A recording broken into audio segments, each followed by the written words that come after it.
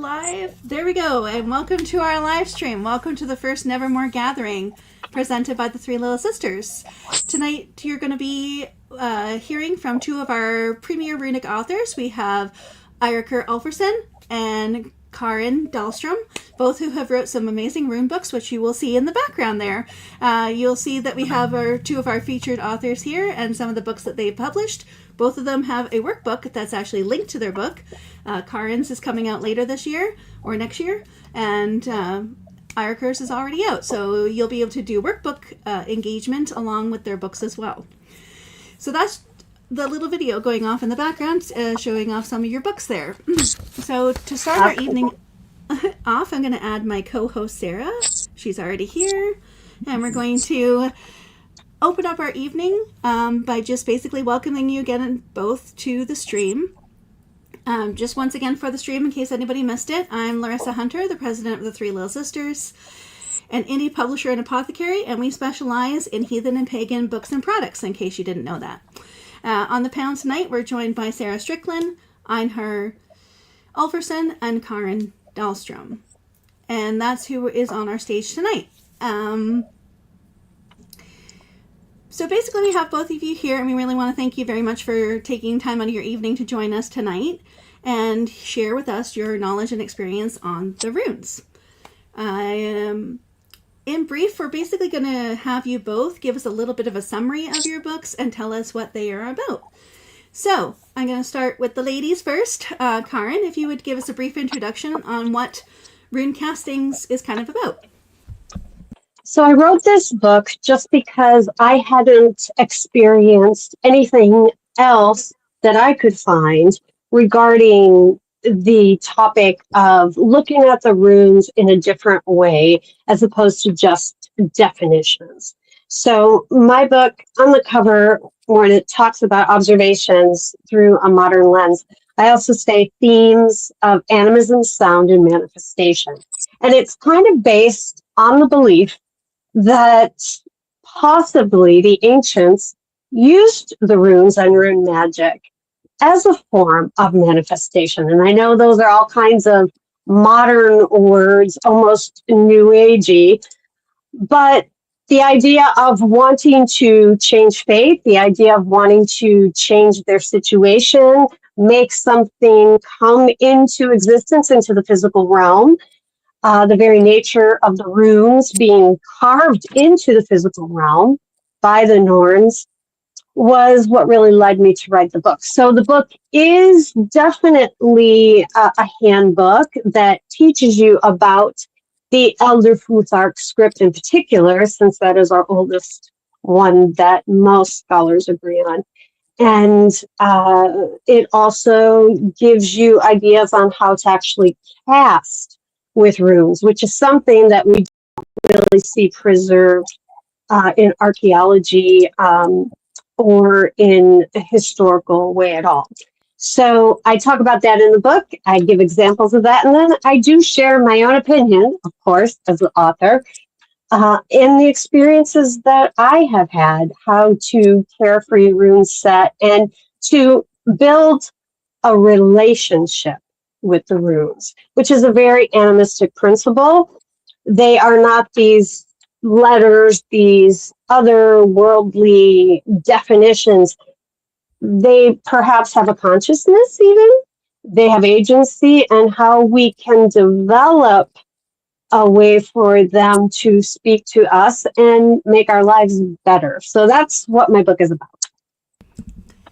That's amazing. I believe a lot of that too, that runes have their own sort of spirit and they each have their own meaning, and they do kind of, speak to you in certain ways. So now I'm going to turn it over to our gentleman author, Eirikur. If you would just give us a brief summary on your full 9-volume collection, sort of in a condensed a few minutes there. All right, I'm going to try to not be long-winded here. So my book series, which originally I was like, nah, I think I could get into about maybe 2 or 3 tight volumes. 9 volumes later, I have written, which could be argued is the most comprehensive series on the runes ever. And I'm really proud of that. And I'm proud that I have the Three Little Sisters giving me that gave me that opportunity. I've been studying the runes off and on for the better part of 17, 18 years. I knew of them before that, but it was like at that time I really took the deep dive, especially the past 15 years where I really like got in deep with it.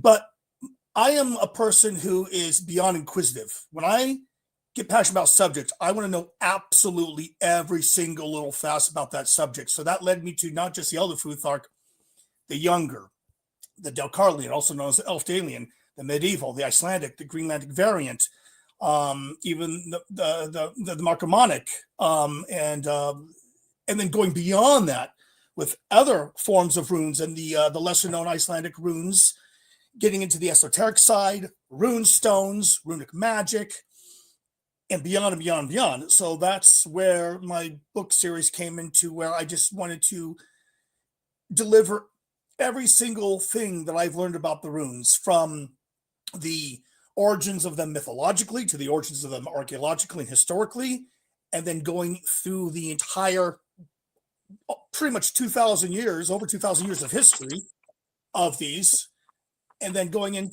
into the more taboo side of things, which I know a lot of authors don't even want to touch, and even getting into some more controversial things. Because again, my idea with this was to basically create like an Encyclopedia Britannica of the runes, where I'm delivering everything that I've learned and then I'm disseminating it, and then it's up to the reader what resonates with them within that book. I'm not by any means telling anybody you have to believe this or subscribe to this. I'm simply here, do with it as you will. The books speak for themselves, in my opinion. They're beautiful and well written, and we're both really proud of the work that both of you have done to make such amazing books that really do educate people, but they also allow people to learn and grow through the runes. And one of the best compliments we had about Karin's book in particular was that it allowed people to kind of discern for themselves certain rune meanings.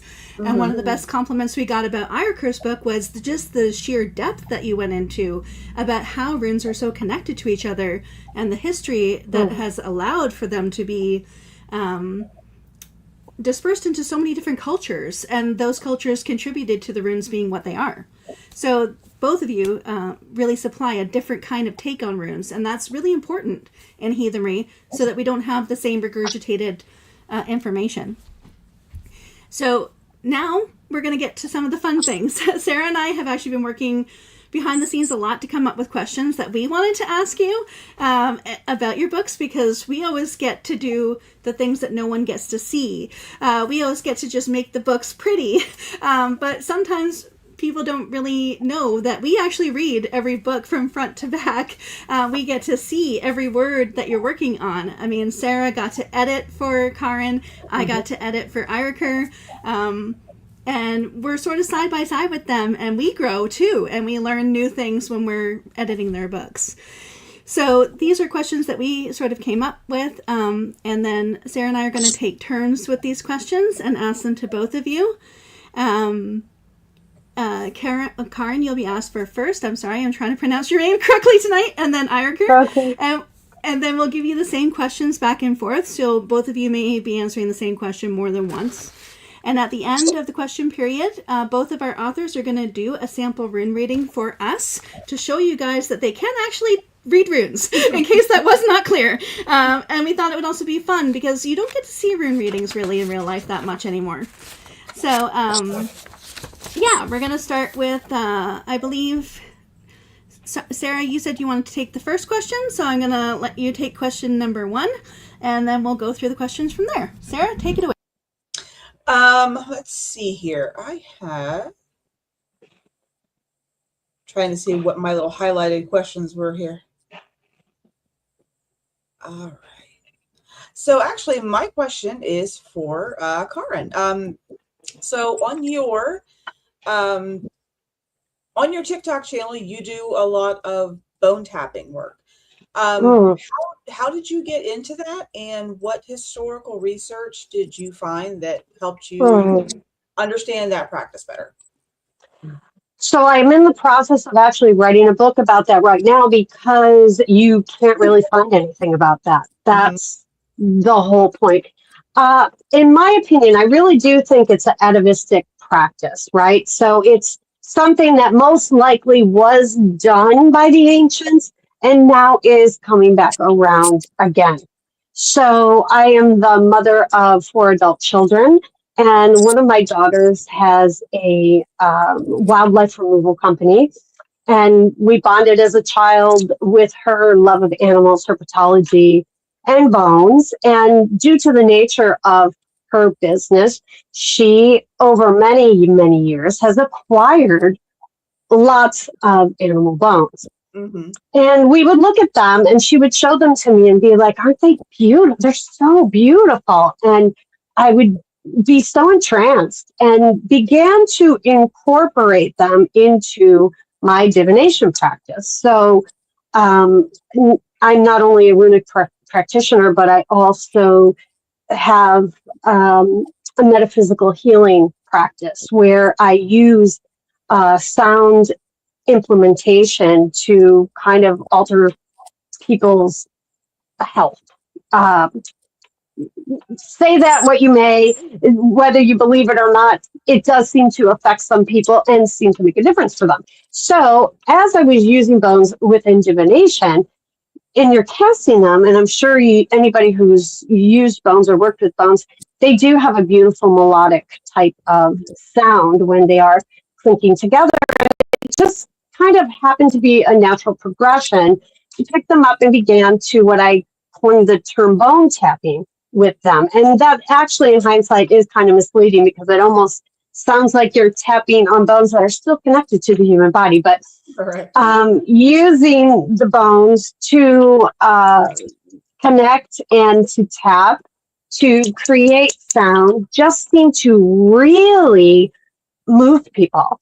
And I began to get such a response, so I started to use it more and more. Where people were sending me messages where I was like, are people pulling my leg? Like they'd be like, the pain left here and this left there, and I felt better and my mood changed. And again, whether or not someone believes that or not, there are people that really do seem to be moved by it, and I enjoy doing it. So I began to incorporate that. And then years back, I came across Heilung, the band from Germany, and I noticed that they were doing that in their music practice. And I was like, oh my God, there's other people like me out there who are weirdos and love bones and use them as sacred tools.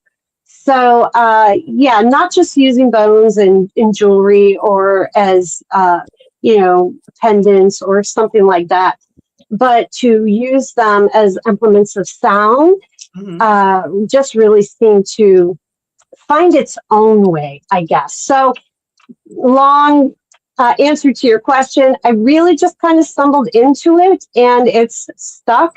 And so as I began to try to find resources about it, I was like, there are none. So now we have social media where we see more, shamanistic music practices are on the rise and people seem to be moved by them. And we tend to see these things a little more now. But as far as documentation, historically, archaeologically, using them for sound, not really a lot. Maybe Eiriker would have more access since he definitely is that researcher type of personality, much more than I maybe have. I don't know if he has found anything, but I really haven't. Right. Not that I'm tossing it off to him. I'm not trying to put you on the spot. Something about it is like very soothing to me. So I've always been It is. Yeah. It is. I would say that the thing that links Eiriker into that is probably more the Galder. But I know that when we were writing Runabach, though, I remember that it did come up because we talked about bones being a transmitter. And I believe I handed you papers, Eiriker, on like ringing out your it was called Ring Out Your Dead, where they place the bones of people in certain shapes, and it's believed that like these shapes are like almost like it explained it almost like they are contained like a battery, so that the power of the Yes. dead could be in this one concentrated area. But maybe, Iker, you have more to add to that. I don't know, but I know that you mentioned bones a little bit briefly in Runabok. You talked about the connection to the dead, at least, and runes. Yeah. So first off, there is anthropological evidence and even historical of, and I don't remember the specific word for bone divination, but it is found in cultures across the world. Divination, yeah. Even in indigenous cultures that still practice it today, respectfully. Right. So it is believed that bone divination dates back to the Neolithic. There is evidence in archaeological sites and digs where this has been found, where, again, I mean, it's reconstructionism. So it's basically archaeologists and historians and anthropologists, looking at these things, knowing of these cultures and saying, this looks to be things that we see in traditions that have evolved or have maintained to this day. Mm-hmm. As far as the runes, yes. In fact, I'm just looking at it right now. I actually have a rune set that I made that's carved out of animal bone fossils. With Galder, everything natural has energy, has life force, has some level of existence. So carving the runes into bone, stone, wood, even seashell, you're creating a connection with that object on very much a spiritual level. And specifically with bones, which obviously should be only taken ethically or naturally, because if it's done any other way, then, well, I personally have issue with that, but that's neither here nor there. It needs to be done in a way that is respectful and sacred. And with Galder specifically, that is something that is held in high regards. There's definitely a connection with sound. Like Sarah and I found that when we were doing Riding the Bones. Mm-hmm. There's definitely an idea that sound conveys magic as well as the power of like the person's identity is almost like fused into sound. Mm-hmm. So it's kind of fascinating that all these like very sound-based practices kind of came out of the same region. Like you have Galder, you have this bone tapping, which you could find, like there are academic papers that would lean to that. And there is like sort of an idea that the bones are also very animist because of the fact that the dead aren't really dead in Nordic culture and Nordic mythology. Like we see it over and over again in the sagas and the Eddas, the dead aren't really dead. They're sort of in a liminal space between dying and living. So they're animist. And that makes it very interesting when you think about the runes being connected to that. So just to clarify, yeah, absolutely. Bones with divination, we know that we have ample proof of that. What I had difficulty sourcing was using bones as sound for healing. Mm-hmm. So I do think that, again, I do think it's atavistic. I do think it's something that did happen. And especially since we do know, as Iker said, especially the bones of the animals, bone holds memory, bone holds DNA. We call it DNA now. We know that. But the ancient ones knew that it held that spirit. And so there is that relationship going back and forth with the energy of the animal that is in the bone and with the idea of using it for divination. I could not find a lot on using tapping as a form specifically of healing. And that is what's interesting to me now, because that seems to be what seems to move people, is when they hear it or when it's done over their body, it seems to move them. And so that I found really interesting and a little bit different to what we've already known and collected about bone use. Okay, I guess I'll go next then. We'll go back and forth, Sarah. So, another question for you both. I'll start with Ireker this time. What is some of the significance of your religious tattoos that you have, if you don't mind sharing? You don't have to go into it, but do you have tattoos on your body that have religious significance, and why? All of my tattoos are directly or indirectly related to the sea. Everyone. And there are some that are spiritual that I keep kind of close to my chest. But the one that people probably see the most are these ones right here. And these are absolutely 100% my spiritual core. And these are, which are featured in their own chapter in Runabach, are the Ofa runers, the wolf runes, or the runes of the wolf, which are my own manifestation. And these actually do say something, but they say something in Finnish, because a very dear friend of mine in Finland, a number of years ago, gave me the nickname of Sisu. She knows a lot about my story. And Sisu is a word that is, you can't really describe it directly in English, but basically you can kind of paraphrase that. It means like an unstoppable, unrelenting, stubborn force that will not quit, will not stop. And so that's Sisu. And then this is Susi, which means wolf. So it says Sisu Susi, unstoppable wolf. And this, I did this personally because, one, I wanted to embed the Ulfaruner in me, and two, it's a reminder that I'm never going to quit. I'm never going to give up on myself. And I'm going to keep pushing forward to become a better person, to evolve, and just remind myself that I'm tougher than sometimes I let my head believe. And the same question to you, Karen, if you don't mind sharing some of your religious tattoos.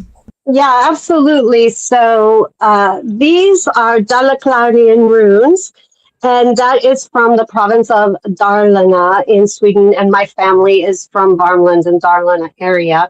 And so this script was used up into the 20th century. There are people who never really stopped using it. It's very specific to that area where my family is. But this is our last name, Dahlstrom, which means valley stream translated in Swedish. So that's why I have that on my fingers. And then these tattoos are very sacred. Of course, we have the sun wheel and the reindeer, which my Finnish heritage and Swedish heritage, the reindeer is, I would say, sort of comparable to the buffalo in Indigenous American people. It supplies everything, and so it's very important. And we also have the maize there, which is very sacred, and we find that a lot throughout, especially in Sweden, in the rune carvings. And then this one is an interpretation of a female shaman, or a vorva, as she is carrying a staff and a drinking horn, because we do know how important the maiden and the mead is throughout the mythos, and also an alligator here, because that would be a animal that I use sacredly, or work with sacredly in a relationship with, now that I live in Florida. So I was born and raised in Niagara Falls, and I lived there until I was 30. And then I transplanted to Florida in the swamps. And so the alligator is incredibly important. So that's the symbology of mine. And I think tattoos, it's a way to express how deeply personal something is that you wouldn't talk to someone about in the grocery line, but it's on your body, so you're still sharing a little bit about yourself. You know what's funny about that, but just real quick, is that I really, really think that's awesome about the runes that you have, because how many books do you see that actually feature the Dalkarlian runes in them? And I made it a point. Yours. I made it a point that those runes were in my books. Yeah. Yeah, and they are not covered, as far as I know, anywhere else. So it's good that you found this very almost obscure, but not really, runes that nobody really knows about. But when you look at the runes overall throughout all the cultures, they have so many symbols that overlap each other or even look identical to each other. So you can see that the meaning of runes, transported themselves all over the place. So, so our next question, Sarah, back to you. All right. And this one starts with Iriker. So you wrote a lot about bind runes, including creating a step-by-step guide on how to make your own bind runes. How did you discover your love of bind runes, and can you explain briefly how to create one? Oh boy.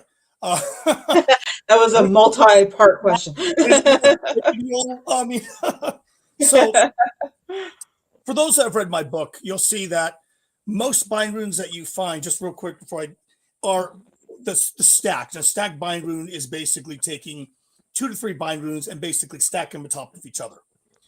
And then you have the linear, you have the radial, and you have some lesser known ones I get into in the books. But for the bare bones with this question, I started dabbling with bind runes probably around 15 years ago as well. I already knew of them, but it was about that time when I started just etching out my first bind runes in my very first grimoire, which is up on the shelf over there. And I was getting more and more into that. And then I would say it was probably about, it's been more than 10 years now. When I first met a very influential person in my life who is in Iceland, they challenged me to explore more and to dive deeper into them. And this is a person who I very much respect. And so I just started studying stuff that I found online, not so much in books, but more of historical. Because a lot of people think that bind runes is a very much a modern thing. It's actually not. There's a lot of historical evidence of bind runes. They weren't necessarily called bind runes back then, but on certain rune stones and other artifacts, and even in medieval monastic manuscripts, you will find bind runes, sometimes also known as rune ciphers. So it's actually quite a complex subject, hence why I did an entire chapter for the bind runes and then 2 other separate, the guidebooks for the bind runes came out. And so how to make one, we'll just go with the stacked. The key to making a stacked bind rune, again, this is 2 to 3 bind runes at most. If you're going to do more than 3, then you should do a linear bind rune or a radial bind rune. The first step is to know the Elder Futhark. You need to master the Elder Futhark first. On a spiritual level, dare I say even an esoteric level, because let's just face it, a lot of the more modern usage of the runes and understanding is very based in esotericism, which really kind of birthed during the Age of Enlightenment across Scandinavia and in Iceland. So you need to understand that, because certain runes coalesce better together than other ones. Think of it as like 2 magnets with a polarity.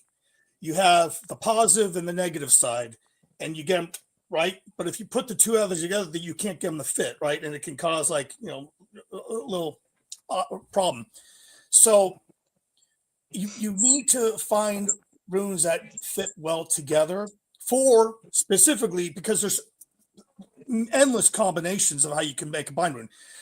The key is not just understanding the Elder Futhark, but what your intention is for that bind rune. Because if you don't understand Berkana thoroughly and say Fehu thoroughly, and you have an intent that may not relate to them, then you're doing it incorrectly. That's my very basic explanation of it. Yeah, I agree. Is there any overlap, do you think, if you use that concept with animal bones, like when you're tapping, Karin, can you work with 2 separate bones? Like if you have an alligator and a buffalo, can you tap those 2 together, or do they have to be the same? Right. That's a great question. And there are people who work extensively with animal spirits that might disagree with me regarding this, because perhaps there's the element of prey and an animal that is hunting prey, and maybe they wouldn't work. My experiences, and this is why it always goes back to relationships, the relationship that you have with that animal Mm-hmm. through those bones, and how they relate to you. Relationship is the foundational element in all animistic practices. It is what animism really is. It's understanding relationship to the land, to things that we would think don't have a soul or spirit. And when we understand building that relationship with that animal in spirit through its bones, it When may the course ahead, want to work with you at one time and may not want to work with you another time because of what it is that you're trying to accomplish. So That makes sense. yeah, I think it's very situational. We love, especially in our modern era, to categorize things, and I think that's part of the problem that we find with runes too. It means this. You can only do this. This is the rule, and that's not how ancient ones lived their lives. Mm-hmm. exactly. Going with the flow. Yeah. That's a good point. Okay, I'm going to mute everybody up. We're going to have a short commercial break. So if anybody wants to get some water or take a short break, we're going to come back and ask more questions. So just hang on to your hats. We'll be right back.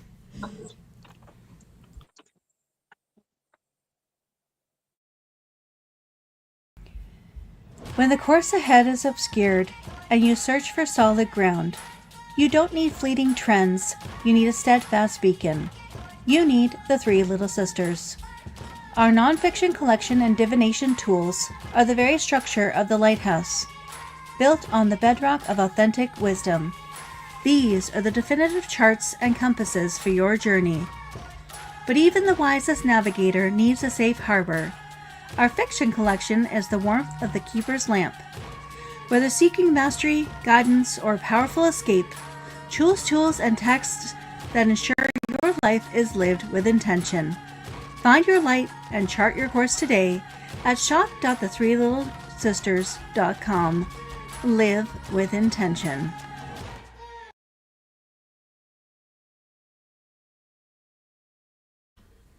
And we are back. I'm going to unmute my co-panelist here. Hello again. Okay, so where we were picking up from here is we're going to now ask, who do we have last? We had Ayerker last. So the next question is for Karin. From a woman's perspective, why do you think women's knowledge is somewhat muted in comparison to other practitioners? And what do you think the most challenging aspect of your practice is in this regard? So from the woman's perspective, go forth. Okay. I think in my field, which would be runic magic, teaching about runes and that type of thing, misogyny is the biggest challenge.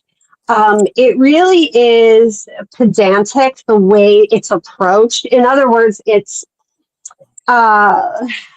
really kind of being a woman who is not necessarily employed in academia, it is looked down upon. Well, you must believe runes like TikTok witches do, or your opinion doesn't matter because you're not employed in academia, so therefore you can't possibly have the rules and the standards that we set out about runes. And so it's very dismissive. I feel that, and I understand, because basically a lot of this reconstructive stuff took place in the 19th century, which in science and academia was like the heyday of misogyny oppressing women's voices in that same field. So I understand that a lot of it's coming from that and is a carryover of that. But I think that Nordic circles, Nordic academia, Scandinavian history, even definitely Norse paganism, there still is the valued trope of the warrior. And if that is always the emphasis and what is so important, then the counterpoint of that is the sexy Valkyrie, and that's just kind of where the woman falls into. So for me, it's misogyny. I mean, I've been outright dismissed because I don't know why, without anyone talking to me or asking me my opinion or finding what I am actually about. I guess just dismissed, and it's not just boohoo me. I've talked to other renowned female authors on the subject, and they have also shared that their voices are definitely dismissed, even though they may have been foundational in carving the way of a lot of the views that we have nowadays about runes and about Norse paganism. So yeah, I think there is something to be said. I'm sorry, I don't mean to make it long, but you got me on misogyny. It's not just about misogyny, it's about academia too. I really feel that they are, there's an assumption that just because you might view something that you are not educated in the evidence of archaeology and history, just because you have a family tradition that is, unverified gnosis, and you're just casting everything out historically or academically or in archaeology, which absolutely is not true. Like even with my runes, this is something that was still in my family. I grew up around runes being embroidered on tapestries around my home. I grew up knowing about the Tomta and the Langvetter, and these things still were taught in many, not just farming communities in Sweden, but people with higher education. They had no problem combining that. And for some reason in modernity, I think, especially in the West, we're real like, oh, you don't teach Norse language studies, then I can't accept what you have to say in your book. You must not know. And so, and it does seem to primarily come from men. In defense of Eiríkur, he is not like that whatsoever. So there are wonderful men, but I'm just saying that vibe is kind of there. So I hope that made sense. It does, and yeah, we exempt Eiríkur from that group. Yeah, we're exempting him. In fact, when we were working together, like when Eiríkur and I were working on the rune books, I actually gave him some papers to give him a different perspective, because I had some papers on women's actual role in Nordic society. Yeah, and the book that I thought was a little bit off in explaining women's roles was called Cold Counsel. And it actually said that women didn't really have time to mourn, which I was like, that's not really founded on anything, because they did. There's actually great ballads and sagas and liturgies written by women. There's even like whole entire mythologies written by women that are in the sagas. And in fact, they don't get enough credit for the fact that they actually contributed a great deal to mythology. So it does mostly come from men who have that mindset that, like, you have to be this uber manly warrior type. But if you don't align and have that masculine and feminine, which is one thing, Eiríkur, you mentioned in Rinabok, you don't have balance, right? So maybe from that perspective, Eiríkur, like, do you think it's really important, like that's one of the foundations of runes, is to keep that balance there of having the masculine and feminine kind of tied together? One of the most important things that I learned from my mentor was this very topic. And without getting into anything that's too private, in Iceland with Volva, there is a next level transcendence that happens. And I can't really get into too much detail. It's not gatekeeping, but it's a very sacred thing. But it involves melding the divine feminine and the divine masculine into one. And this is a very sacred tradition that I was lucky to get to sort of witness. Mm-hmm. But I learned a long time ago, And this is what happens with these misogynists that they don't want to understand, because they have these pseudo ideas mucked all over the internet that are simply untrue. If one does not embrace both the divine feminine and the masculine, you are losing out on having a more open view of the animistic world. You are not seeing everything. It's just like this. These people that call themselves light workers, everything's love and light, everything's love and light. Well, sometimes you need some darkness and chaos. You cannot truly evolve if you only stay in the dark. When the lights turn on, you're going to be blinded. You can't always stay in the light, because when the dark turns on, you're going to be scared. You have to have both. You have to understand both and not be too heavily on either side. And this is I'm talking from a guy that's, a pretty, I'm a man, kind of thing, but I understand that. And so I think the biggest problem that we have, sorry guys, I'm going to say it, but a big problem in the Norse pagan world is a guy problem. Yeah. No, it's true. Sorry. It is. It's true. Yeah. Yeah, because it's true. Like, in order to be animistic, you have to have both. Mm-hmm. And every single god in our pantheon, if you follow the Nordic pantheon at all, every single one of them got their power via a woman. There had to be a woman teach them. Like, that's the maiden. Right. The maiden with the mead, So that's who's bestowing knowledge. It's always a woman.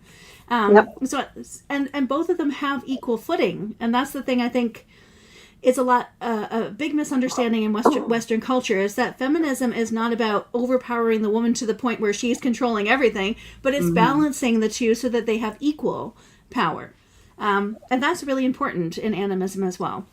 Yeah. So, yeah, I appreciate that from your perspective, and Iroker, thank you for chiming in on a very difficult topic that some men have an issue talking about, but you did really well.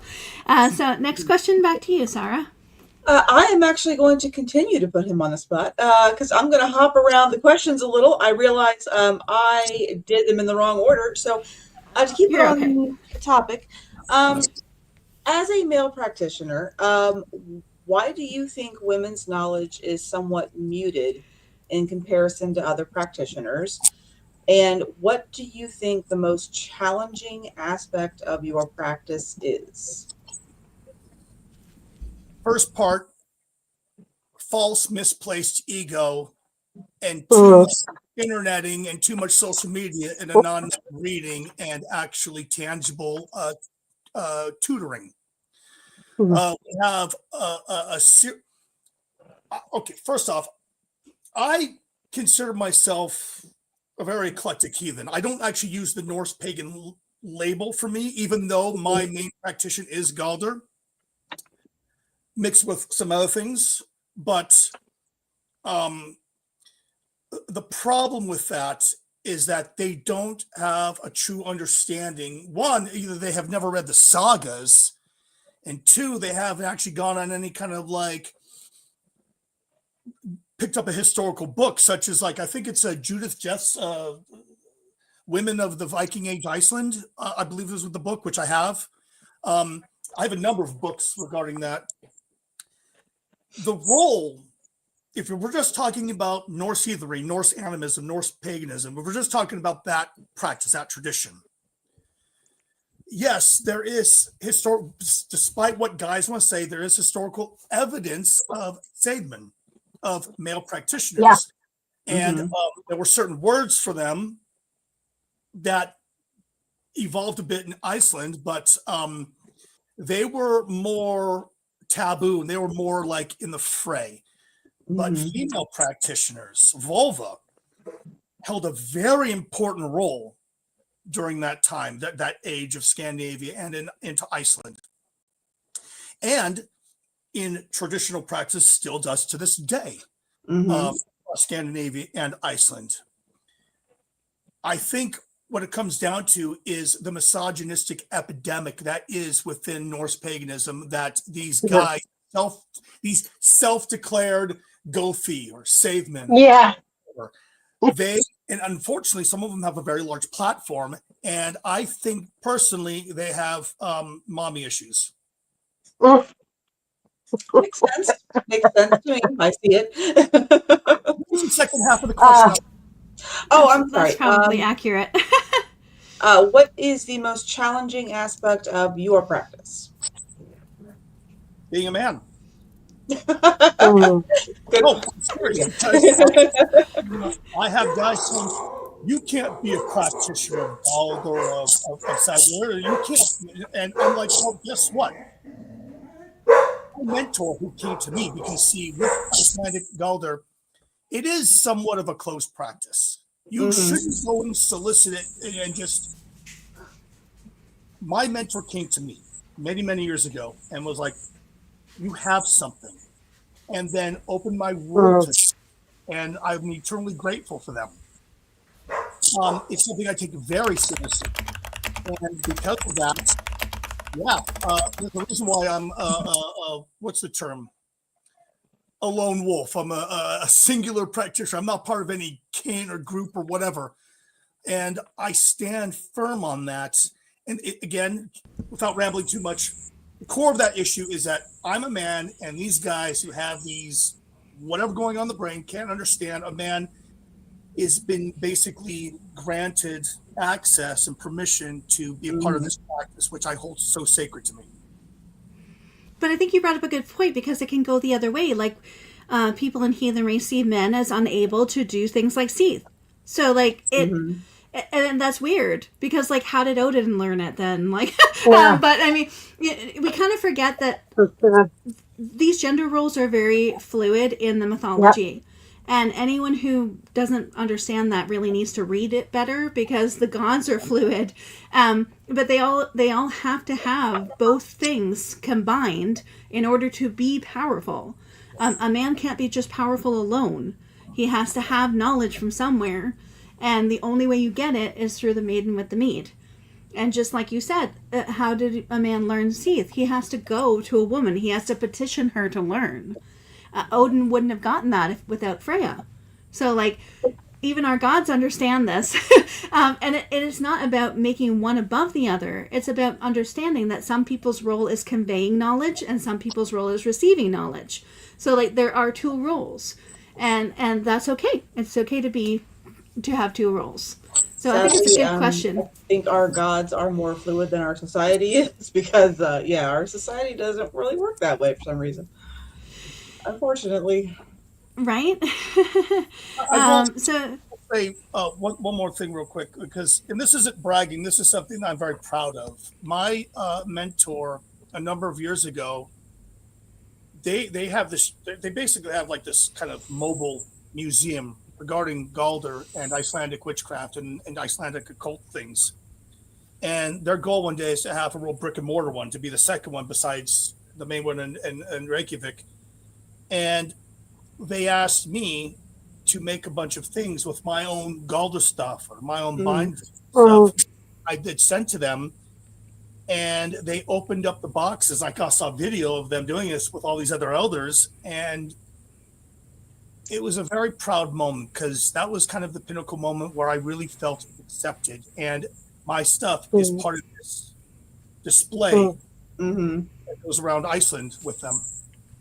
So anybody that thinks they cannot accomplish something like this, again, it's not something to be forced. What happened with me was mm. fluid.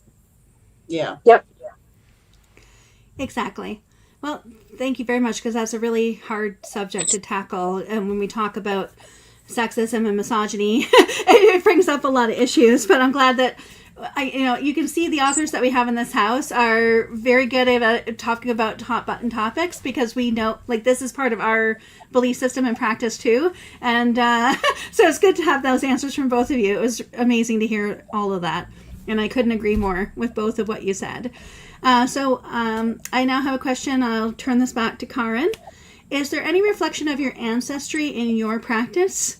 And we'll let you go first, and then I'll ask the same to Ireker.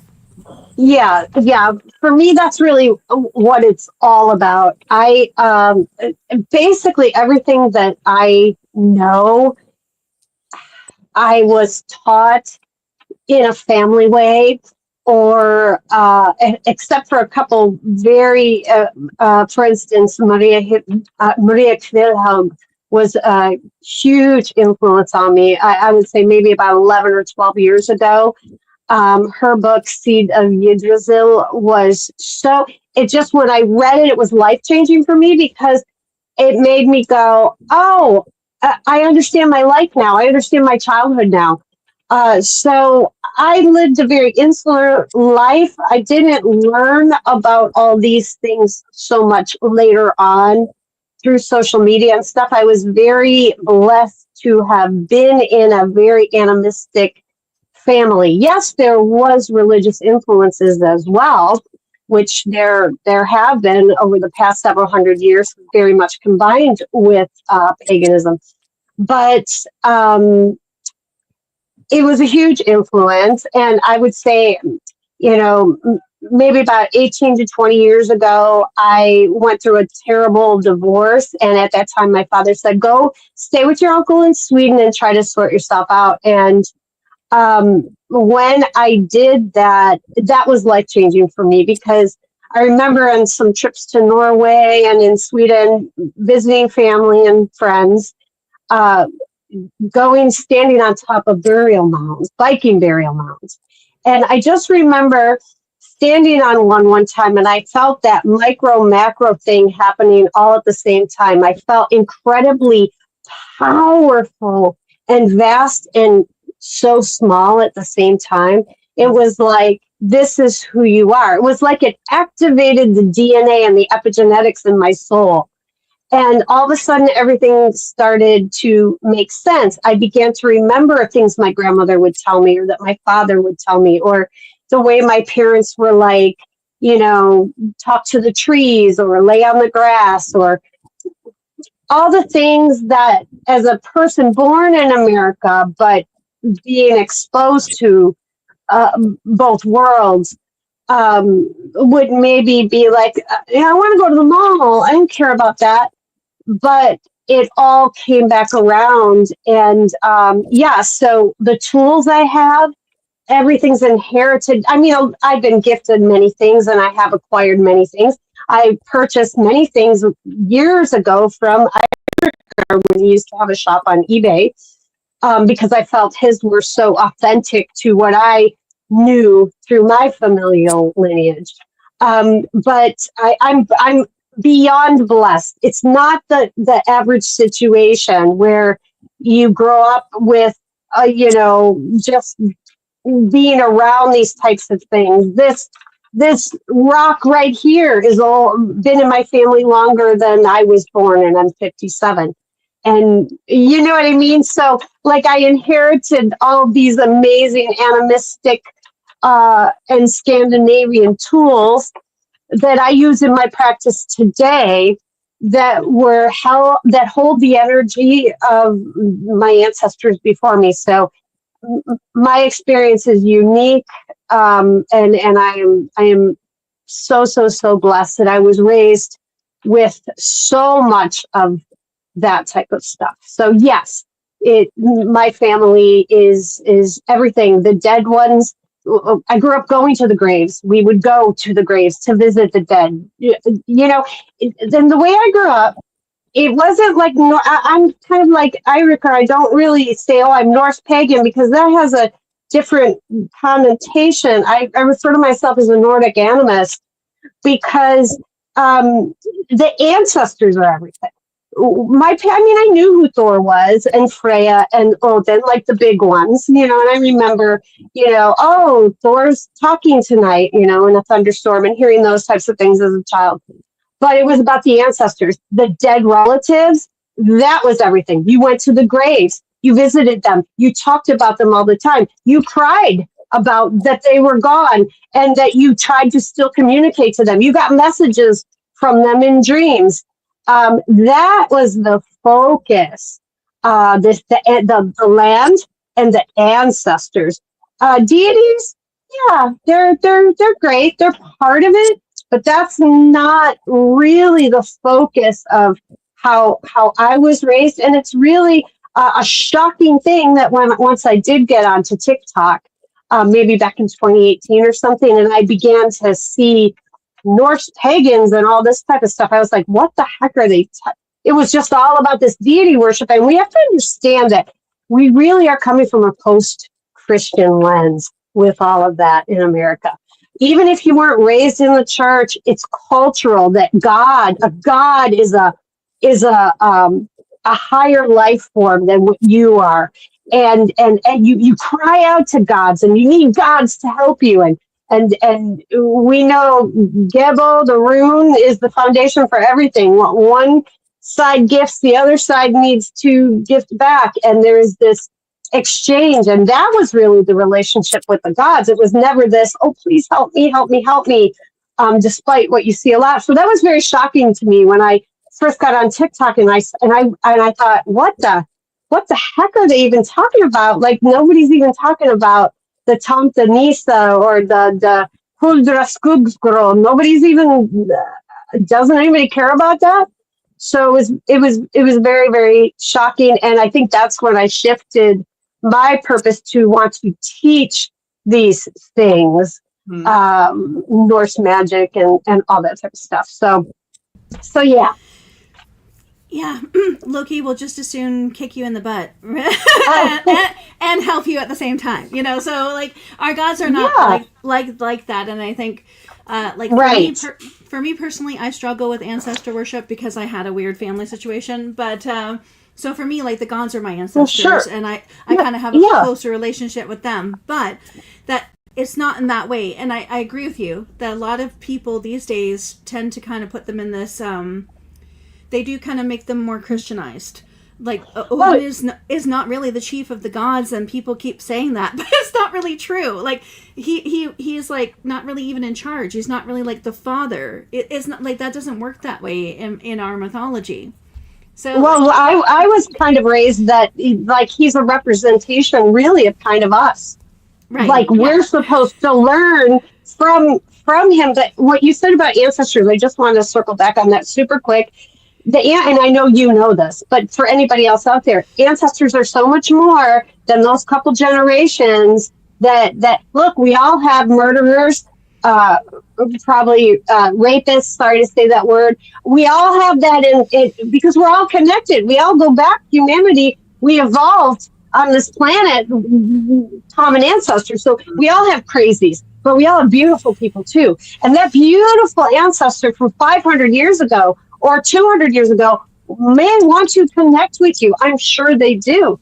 And so ancestor veneration is, and that was stripped from us by religion. In the West, if you notice, indigenous cultures all over the world, the ancestors, they hung on to it because they resisted religion.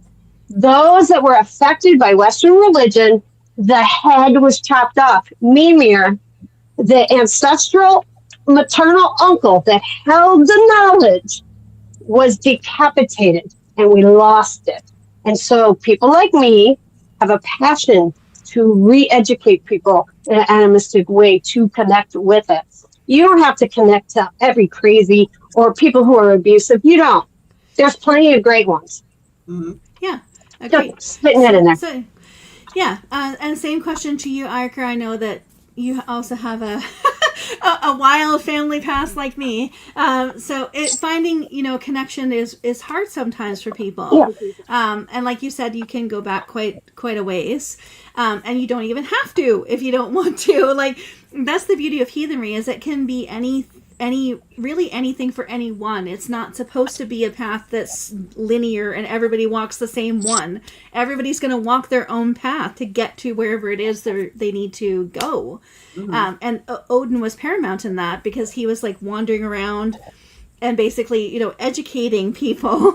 And like you said, Mimir held the knowledge, right? And he has it in his backpack. So maybe if we go get, we run into Odin one of these days, he can pull out Mimir's head and be like, hey, we can ask it some questions. But Iker, same question to you. How does your ancestry kind of play into your practice?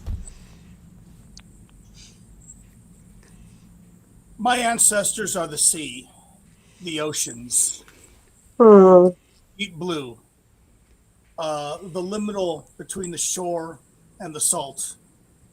And that will be reflected in the deep series that I've been working on the entirety of this year. I'll just say that. That's a great answer. And I think, Sarah, you have our very last question, which should be number 1 on your sheet. And that's our last question of the night. And then we're going to go to some more questions from our audience. Sarah?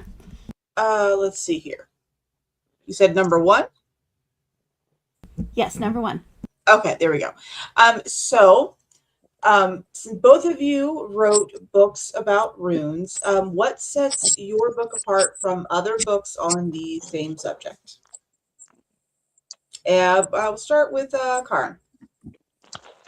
Just basically what I said before, approaching the runes as sentient, as having agency, and building a relationship with them instead of memorizing definitions with them.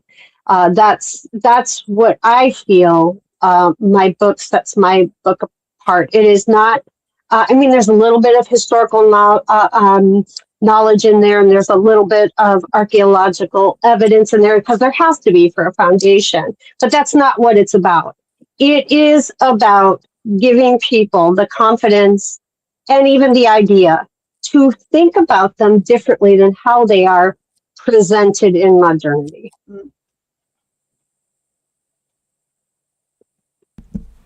And then Iriker.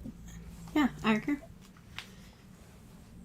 My books are kind of a mosaic of scholarly academic work, mythos, esoteric, and my core nature of being rebellious. I put things in there that obviously are of my own opinion that I stand firm on. But I also put things in there because I like to challenge the overall maybe genuine consensus regarding the runes, depending on what aspect you look at it.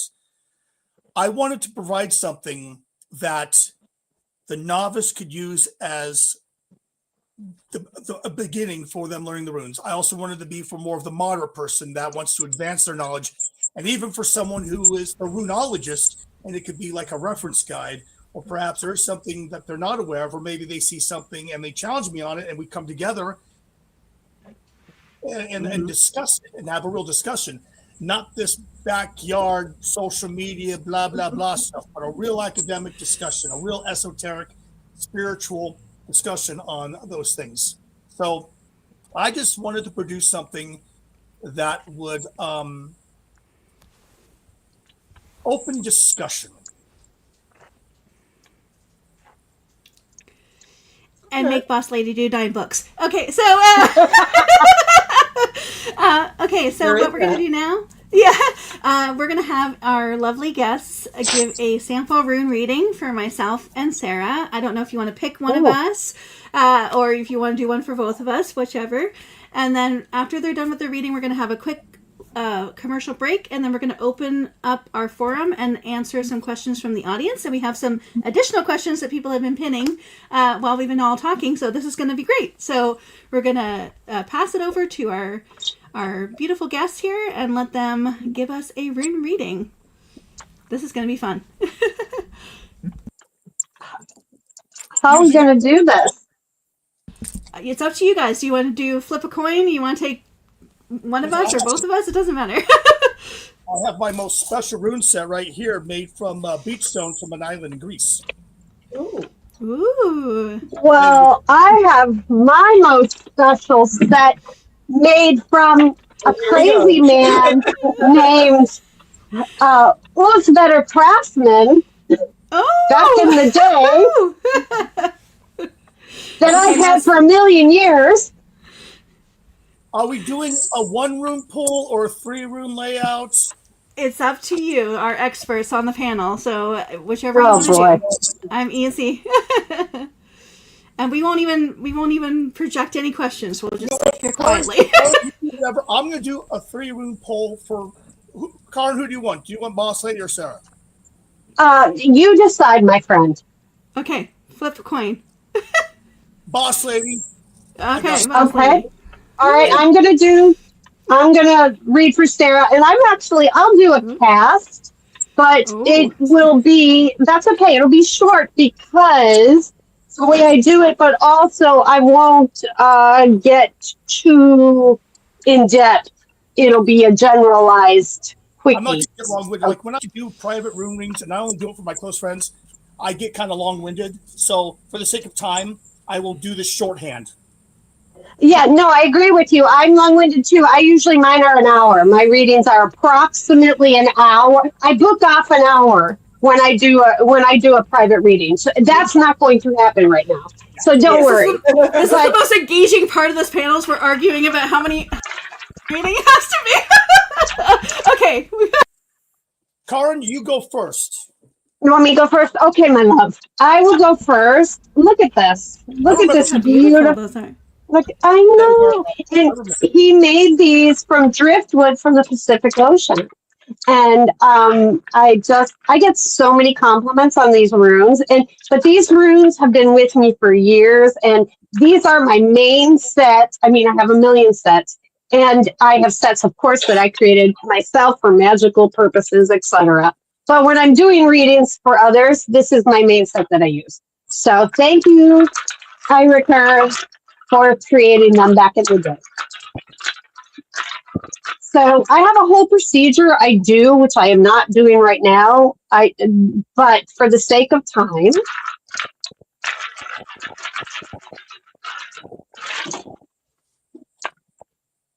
okay. So what I do is I remove the runes that are turned upside down because the way I connect with them is those ones are not speaking during this cast. So I'm going to remove those. Miss Sarah. I like that she says not speaking. That's really interesting. I thought that was Yeah, they're not speaking. So the runes that have been turned so that the ones that are speaking, I have a total of 1, 2, 3, 4, 5, 6, 7. So there you go, 24 down to 7, just using that procedure. Okay. So what we've got right away.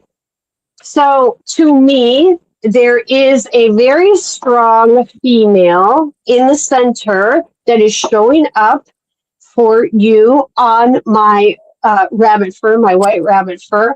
And sometimes they are blocking you.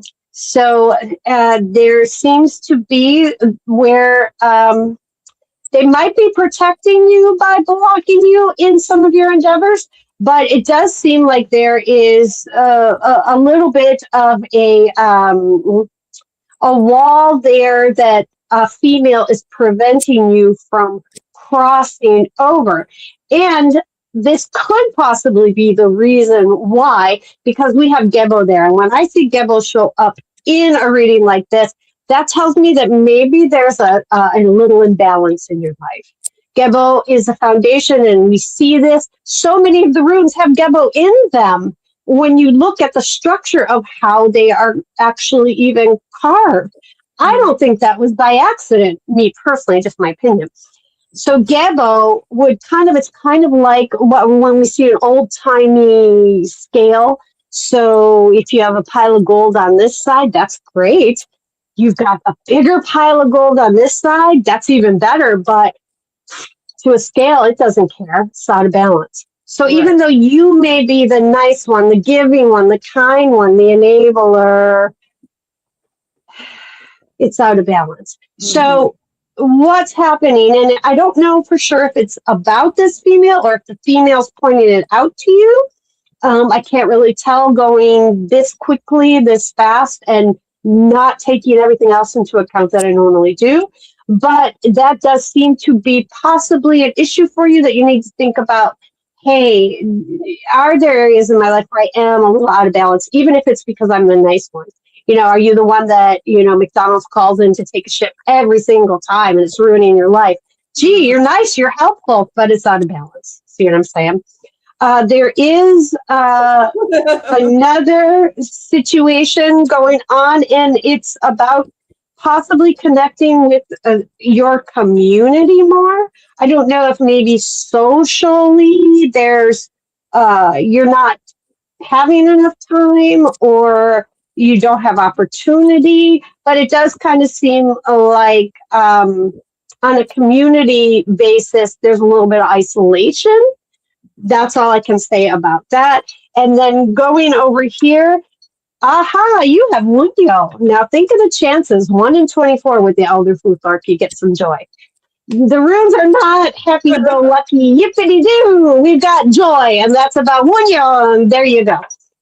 And you do have that in this cast. So yeah, take it for sure. And it is connected to Lagos here. And so maybe a little more going with the flow is going to allow that to come in a little bit more. It's not right in the center of my cast, so it almost means like it's not totally here yet, but maybe wanting to come in, wanting to flow in, but maybe that balance problem is preventing it.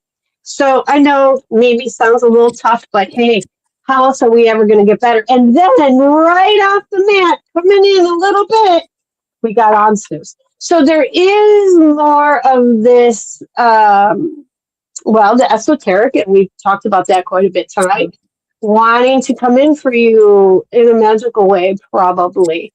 Yeah, sure, it could be practical. Sure, it could be your mouth and finding your voice and speaking up with this imbalanced issue. Of course, the runes are layered. They're going to be spiritual meanings and literal meanings and physical meanings and sometimes all at once. And that's what a good reader will be able to do is discern that and work with that and give you the right message. So, yeah, it definitely could be that. But I sense it has to do with maybe an awakening or a deepening or an expansion of more knowledge in a magical way, where it's practical and real to you. Not knowledge, it kind of makes us think it's in a book and you read it and consume it. And I don't mean that. I mean living it. So, quick reading, that's what I got for you. And of course, I will be more than happy to give you an unabridged version at another time. Can I say something that yes. ties into this? Yes. How does it resonate with you? Tell me. I am a planner girly. I have been for years. I plan out my my New Year's goals and all of those things. Gotta go with the flow. 3 of my goals for next year tie into everything you just said. So well, there you go. They know. Your people on the other side know. So what I didn't do here is I always say a prayer or a calling in of the ancestors that want to connect, that only have a beneficial to the querent. They only want the highest good for that person. I call them in and speak with them. Kind of, and I'm sure I sound new agey, but I don't. And look, it is what it is. So they know, and a lot of times it will be ancestors that have similar issues or similar things or similar experiences. They've been through something similar, maybe 500 years ago, and so they have this passion to want that to be healed in you. Mm-hmm. Because it kind of fixes them, because you are what's left of their DNA. You are that continuation. And so, we don't know when we die, how is this all going to work out? How are we all connected? How is it all going to be? What is consciousness going to be like? And so it's my belief that they have a vested interest in your success and happiness as a person. So your people on the other side, they knew that you needed this, and that's how the runes work for me to connect and reveal that. Well, that was awesome. Thank you so much. And it makes a lot of sense because Sarah is the planner for pretty much the majority of TLS projects. So if it wasn't for her, the lighthouse would have no really good foundation. It So is she much is the plan. Oh, But her and I have the same brain on that. So like we're the planners, and so every time Sarah gives me a plan, I'm like, "Yep, that aligns with so my plan." It's two are you the planners. other woman? Are you the female that is showing up? I don't think I would ever block Sarah from doing anything because she would she would row right over me. But but we've been friends for how long? Like almost Oh my gosh. 19 years. Yeah. I feel like. Wow. So yeah, like Sarah and I go way back, OG. So That's great. yeah, we do help each other, and like I would say that we're like her and I together are the planners, but she's way more organized when it comes to the marketing stuff. Like Sarah's ideas are always very creative, and it helps us plan better. So like it makes Beautiful. sense. Awesome. Yeah. So Iriker, your turn. So I do have a number of methods when it comes to rune divination, and some are quite complex and drawn out. But for something like this, like I just did one for one of my close friends yesterday, is I just do a 3 rune pull. And I do that in multiple ways. I don't have all my stuff laid out. So what I'm going to do is just a blind pull, 3 out of. I'm just going to let my hand flow. Whatever I pick up is the one that's meant. So let's pull the first one here. Look at that. We got Juan Yu. Okay. Wow. Let's get the second one here.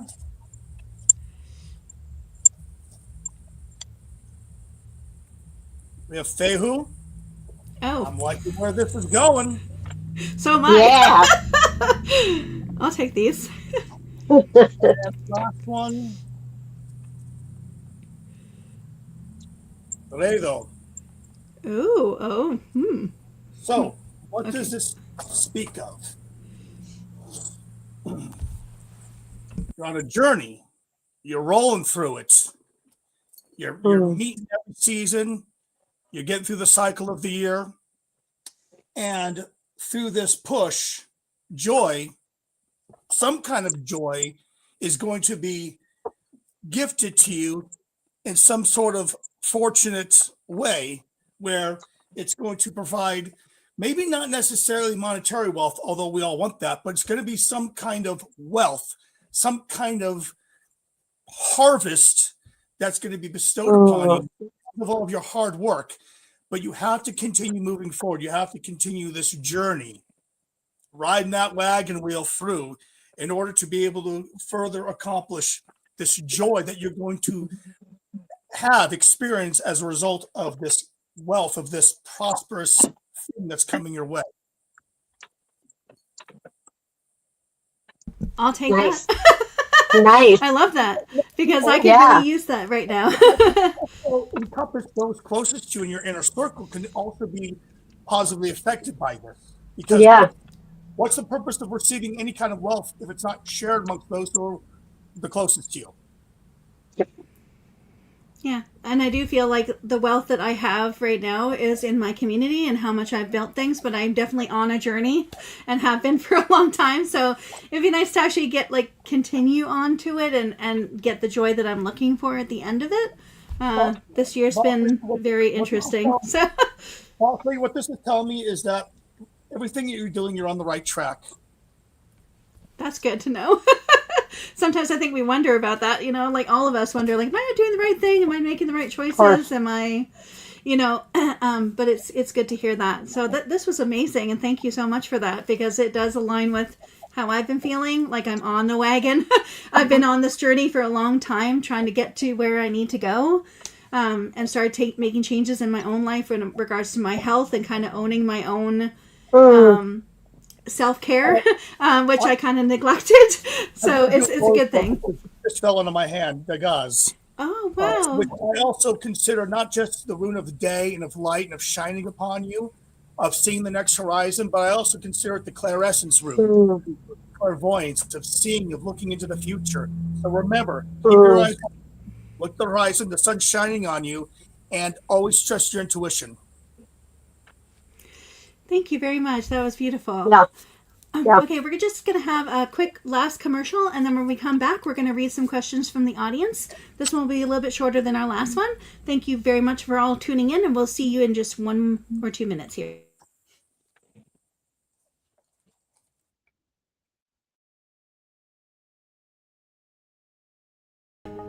Are you ready for deep literary discussions?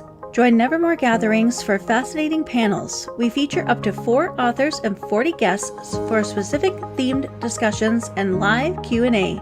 The best part is they're completely free to attend. But hurry, tickets are extremely limited. Find your next event now at shop.the3littlesisters.com. Nevermore gatherings. Live with intention.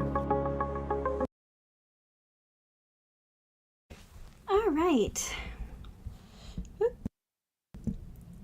Just unmuting everyone again. Bear with me here. Sarah's on her way back to her chair. Okay. All right. So now we have some questions from the audience that we're going to go through here. And we also have some questions that have been pinned. So I'm going to read these so I don't mess them up because some of them are a little bit technical. So I'm going to try my best here. Sarah wanted me to handle the more challenging ones here. So I'll take... So this was submitted to both of you, and this is the question. The ongoing North Italic versus Latin alphabet debate. Odenstadt and other favored Latin derivations, while Mies champions the North Etruscan thesis. The Iroic alphabet of Bolanzo accounts for 19 of the 24 Elder Futhark runes. How do you reconcile the letter-shape evidence with the historical geographical context of Germanic Roman contact? Was there perhaps a hybrid influence that we are missing? And Arker, I'm sorry, you want to take that first. That's a lot of question. I know who asked that question. Friend of mine. Okay, so without getting too long-winded, because I can be very long-winded about this particular subject, there are a number of academic theories on the origins of the Elder Futhark. Even going back, though he never used the word rune, there is from Tacitus Germania 10, where he talks about witnessing the Goths carefully selecting branches off of a tree, carving these markings on them, and then using them for a specific divination regarding questions being asked or a troubling situation that a person within the tribe is dealing with. Now, this was while he spent his time in Germania, but these are Goths that originally migrated from the Southern Alps, northern Italy. Now, I am working on something, another side project that's going to be a book that all revolves around part of this. I'm just going to say this. My own personal theory from years of study is that the runes, the Elder Futhark's parentage, I believe, was influenced, even though the Etruscan society was gone for several hundred years before the Goths were in that geographical region, there was still evidence and flowing up the Etruscan script, the Etruscan letters going up through there and still being used on like Samian ware and pottery and stuff of this matter. It is, in my opinion, and this is shared by some academics, that the Elder Futhark is the result of cultural intermingling between Germanic tribes in the northern Italy, in the Southern Alps, and with those of the Italic cultures of Italy. There's a lot of evidence that really stands firm with this. Okay, Karen, do you have anything to contribute to this, or are you going to defer here? No, I'll contribute a little bit. I mean, the runes are recondite, right? Like, they're ineffable. They're so vast. There's so much that, and the way people work, and Eiriker he's right. People exchange ideas. People exchange knowledge. I mention it in my book as well. That there is the idea, I agree with, especially the Etruscan philosophy, that they are influenced. I think it's kind of ignorant for us to assume that these things evolve insularly. Do you know what I mean? Like in a own little pocket. I understand that there is geographical separation, but people moved around way more than we give them credit for. So I absolutely agree 1,000% with Iker on that. One more thing, if you look at like the Hungarian runes, the Usneger, or the Politsky runes, which are indigenous to Poland, or the Vendic runes, which are Southern Slavic, and I talked about this in my books. There's a lot of similarities between these lesser-known runes of Europe, and even going into the Old Turkic and the Yensi in Siberia and Central Russia, where there are some striking similarities to the Elder Futhark. And we're talking about runes that evolved anywhere between the 8th to 11th century. I have a whole theory about this I could write a whole thesis on, but I don't want to be long-winded here because my mouth will just keep going with this. Okay, Sarah, do you want to ask one of the more less worded questions? Yes, Yeah. I love it. Okay, so we got a lot of really, really awesome questions from the community. I just want to start by saying that. So let's see, the first one here. Do you think the runes reflect human psychology, or did human psychology shape the way we interpret them? Who are you asking? That's both of you, but Karin, if you want to start it off. Sure. I think it's axiomatic that I think it's both, because of course they're going to reflect how people interpret them, and then of course people are going to influence them because it was a form of communication. I don't think you can really separate that. So yeah, I think it's evident that it's both. Listen, that's my opinion.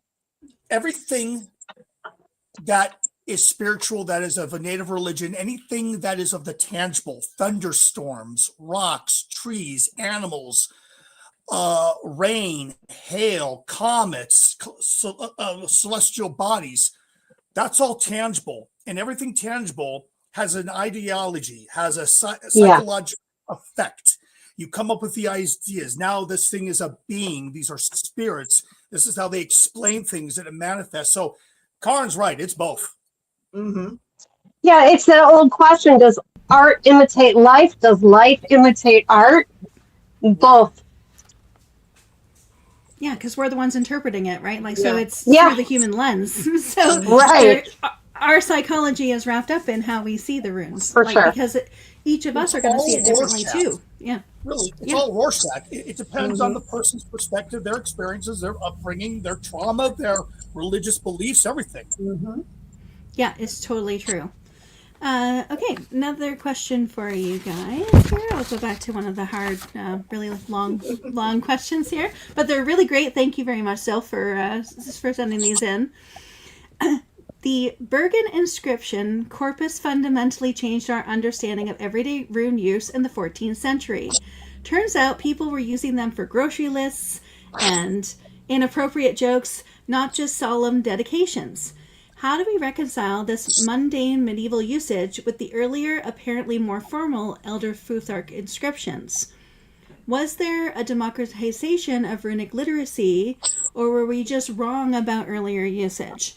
And I could almost answer because I read Iker's book so much, but I'll let you guys answer. But my answer would have been from reading the Runebuck, was that really the way humans evolved our language, the way we constructed our society, are how runes got woven into all of those things. So as the language was evolving, so did the runes, and the two of them end up kind of being used in both ways, as a language that was used in the marketplace and as a sacred language that was used in just in manuscripts. And really the reason for that is honestly because at the time, the Nordic culture actually didn't have much of a written language early on.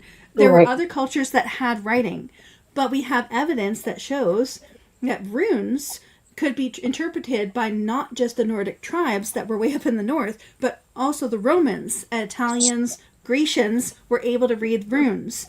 So that's why you see it on grocery lists and everything. But since I'm not the one who wrote these books, I just have it downloaded in my brain. Ireker, you want to take this one? I can sum up in a really simple comparison.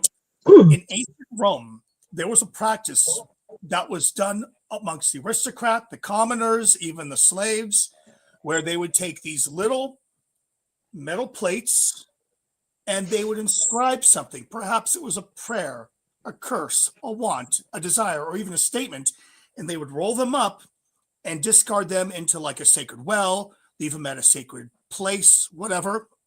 And this was just like an everyday thing that was done. It was a common thing. Of course, obviously, these had to be people who had some sort of level of literacy, which was more predominant than people think in the ancient world, especially with like the Roman age. So human nature will tend to repeat certain things when it comes to language and just everyday tasks. So when the younger Futhark came into really fruition and even into the medieval runes, it became a lot more widespread. That's why you see most of the rune stones out of the thousands across Scandinavia and a few other places, they're predominantly in younger Futhark variants, whether it's Swedish younger Futhark or Danish younger Futhark, because there is a difference, slight differences. So for people, and sometimes there's even archaeological evidence where runologists believe that it was perhaps a student of a rune master that was just scribing, just practicing, just like we do today when you're learning a new language, you're just scribbling out or something. This is human nature. This is evolution. So it's not like there was some sea change where they had like some disrespect for the runes. It was their alphabet and they're just writing down stuff, making notes, or maybe saying, Olaf was here. I got the hots for secret, whatever, just like what we do today and what's been done with every language across civilization. Exactly. Karen, any thoughts you want to add to that? Same. I mean, human nature is the same. The mundane is the mundane. I think that we had it wrong a long time ago when we first started to discover these things. And as time has gone on and more evidence has been shown, we realize the truth. Neanderthals were big, dumb cavemen the way we thought they were too. So, we tend to think we're so special, but hey, we were smart back then and we're smart now. Mm-hmm. Yeah. Next question back to you, Sarah. Alrighty. Let's see here. Let's start with Ireker. What do runes reveal about how pre-Christian Northern Europeans structured reality, and are there concepts we have lost? Give any subject that is more than 1,000 years old, and you're going to lose. There are going to be things that are lost in the annals of time, because not everything necessarily was written down, or was written down and may have been lost, or could have been so deeply buried by, honestly, the great conversions into Christianity across Europe during the early Middle Ages. When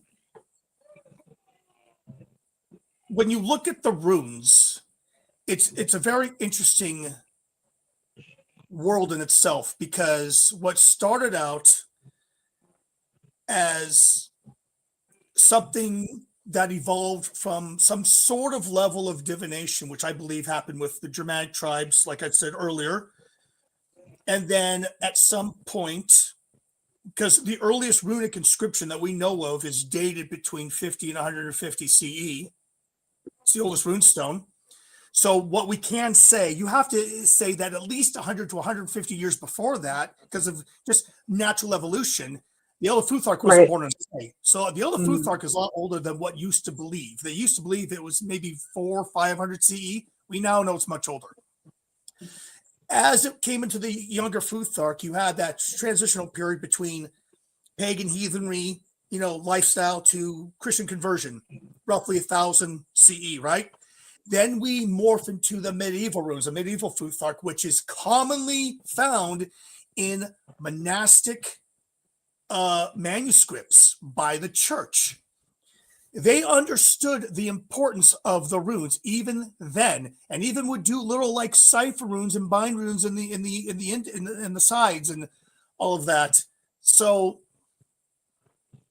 I know I'm kind of spinning out here, but basically, the runes have such a complex evolution. It's why I have that one chapter of just called the Futhark family where I talk about that, because some people believe that once Christendom took over Europe, like the runes died. They didn't. You had they continued and they evolved, and they were utilized for a multitude of purposes, including by the church. Mm-hmm. And even like with what Karn was saying with the Dalkarlian or the Elfdalian runes, some still use them to this day in that tiny little province in Sweden, and where I believe only like 3,000 people speak that dialect, if I remember right. It's very small.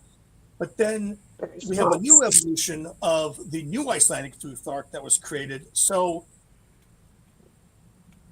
they just kind of, the Futhark is a testament to resilience and evolution as far as with language and the use of something that began at a more guttural primal state.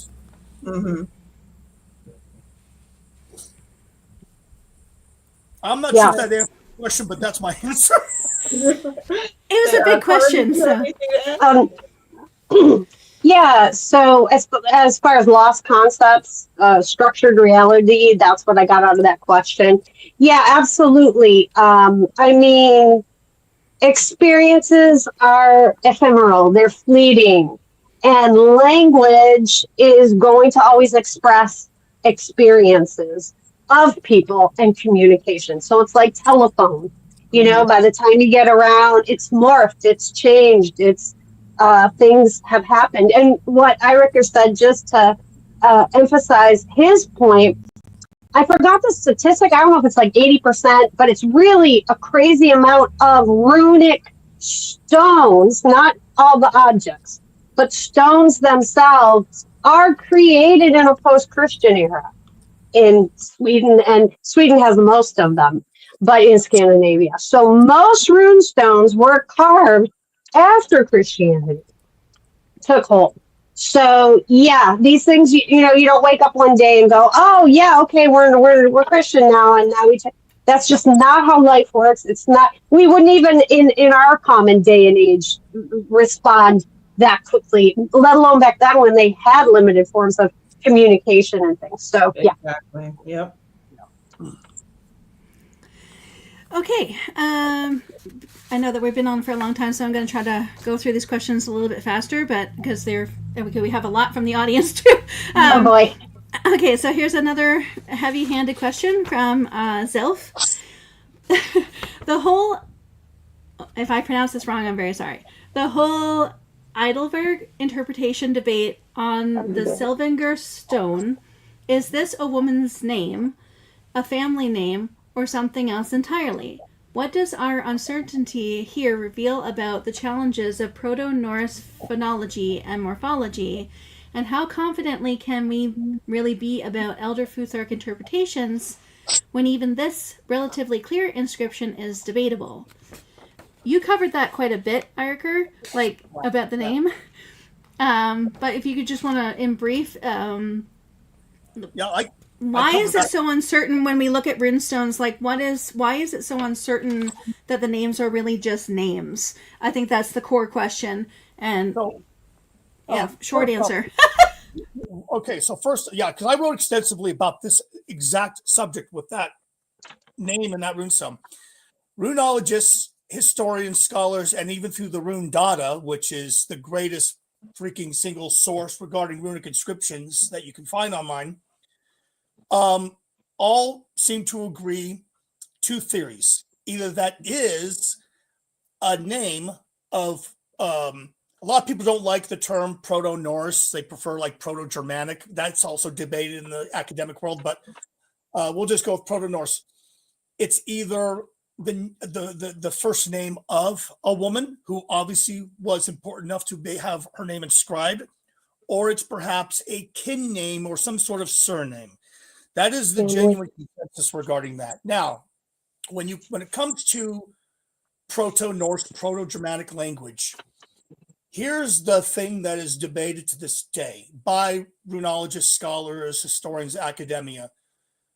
The problem is that language is purely been reconstructed. It's a reconstructed language because we simply cannot say with any sort of affirmation that it was absolutely this or that. This letter sounded like this letter sounded like that. It's done through reconstruction based on linguistics and knowing how the language evolved into West Old Norse and Eastern Old Norse, and even going into Icelandic and Greenlandic Old Norse, which that there is more context that is more tangible to study. So you can go to one certain academic website or book, and they may have slight variations as far as pronunciations or how a word is a vowel is related to a consonant, whether it's front or the back. And then you could go to another academic source and it could be slightly different. That's the problem with what is known as a dead language. You can only reconstruct based on whatever language was evolved from that. Yeah, do you have anything to add to that, Karen? Because that's No. like we know. Yeah, the language it's really hard. There's no recorded voices from any culture really. But the reason why other cultures, I think, like it's a real big misunderstanding in heathenry that I see overall is that a lot of people think that we have like samples or sources. Yeah. But we all have to remember that the Nordic people were being written after they had died or had converted, so we don't have a lot of stuff from the time where they were pre-Christian running around. So yeah, like I find that very interesting. That languages did that, you know. Okay, Sarah, do you want to ask? How many more questions do you have? I have one. I have 4. 4. Okay, and why don't you go with those 4, and then we'll go to the audience. I'll let you do the last 4. Okay. Yeah. We'll do. My brain is kind of melting a little bit because this is a lot of information that I'm taking in. Yep. So this question is, what's the biggest gap between historical rune practice and modern pop rune spirituality? And whoever wants to start that one off can.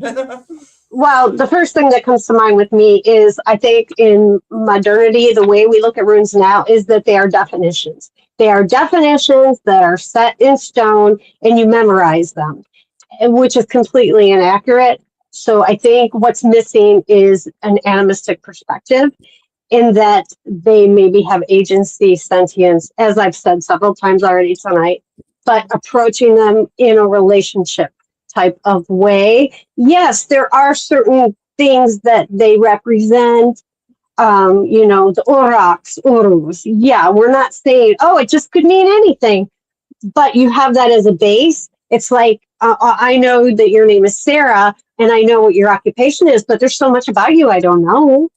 So it's kind of that type of thing. That's what I feel is really missing from the modern interpretation.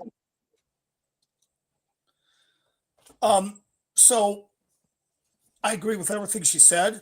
What I will add is a lot of the, and I hate using the word new age, but I'm going to use it for this context. A lot of the new age interpretations and uses of the runes, like the rune birth and the runic astrology and all that stuff, that all stems from the 20th century. Yeah.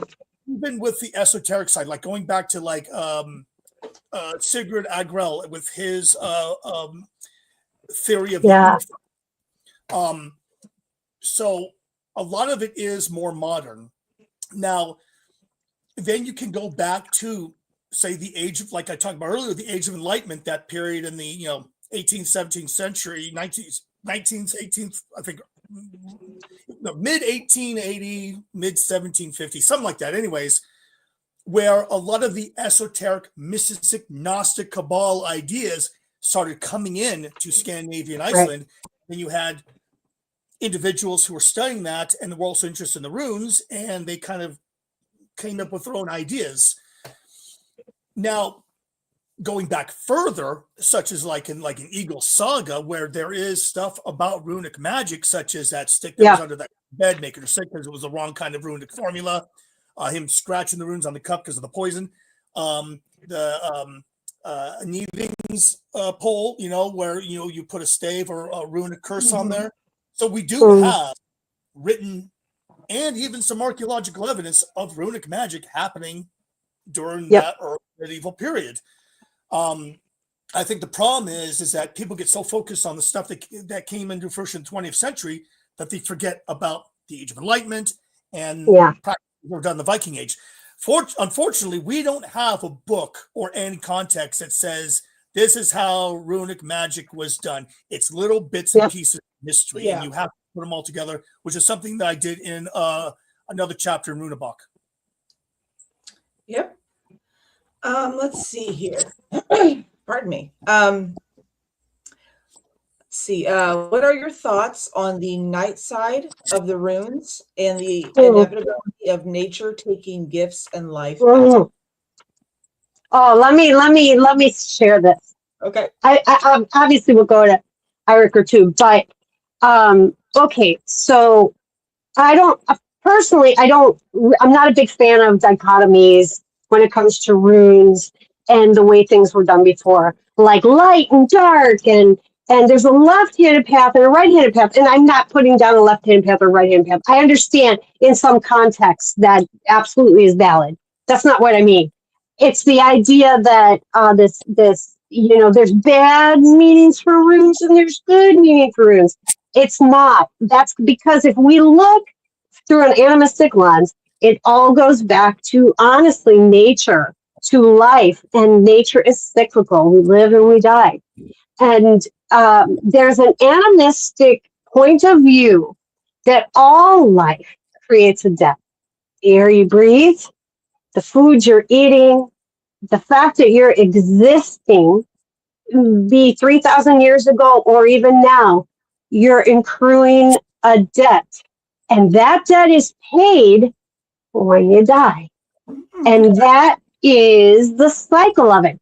And isn't it interesting? I believe our ancient ones understood this. Look at the Norns.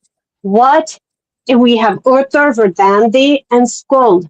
Everybody thinks Skuld means the future. No. Skuld means debt. You know why? Because she's coming for you.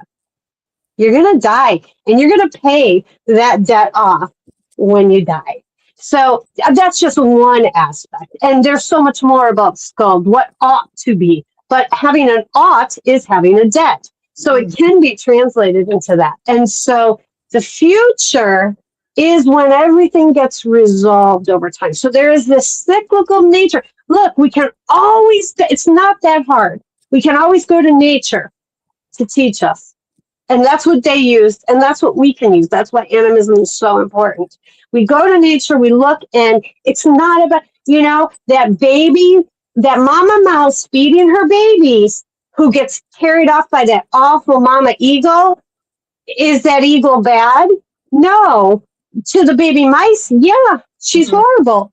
But when she feeds her little starving babies in her nest, is she bad then? Well, to her babies, no, she's not. Right. So it's not such a dichotomy as we desperately want that. And that, again, is part of our post-Christian culture of good and evil, heaven and hell, light and dark, that absolute separation, and people bring that over. So night side of the runes, I think, are just the runes. The runes are what they are. And sometimes it's good, and sometimes it's uncomfortable. And sometimes it's downright grievous to us. But that's what life is. Mm-hmm. So I believe also, because whenever I hear Night Side of the Runes, I think of the Mirkruner, the Dark Runes, which when you look at them, and I do I don't go into depth of those in the book. They are featured in a chapter of more of the esoteric side of runes, like the Alderuner, the Svartruner, and the Uthark.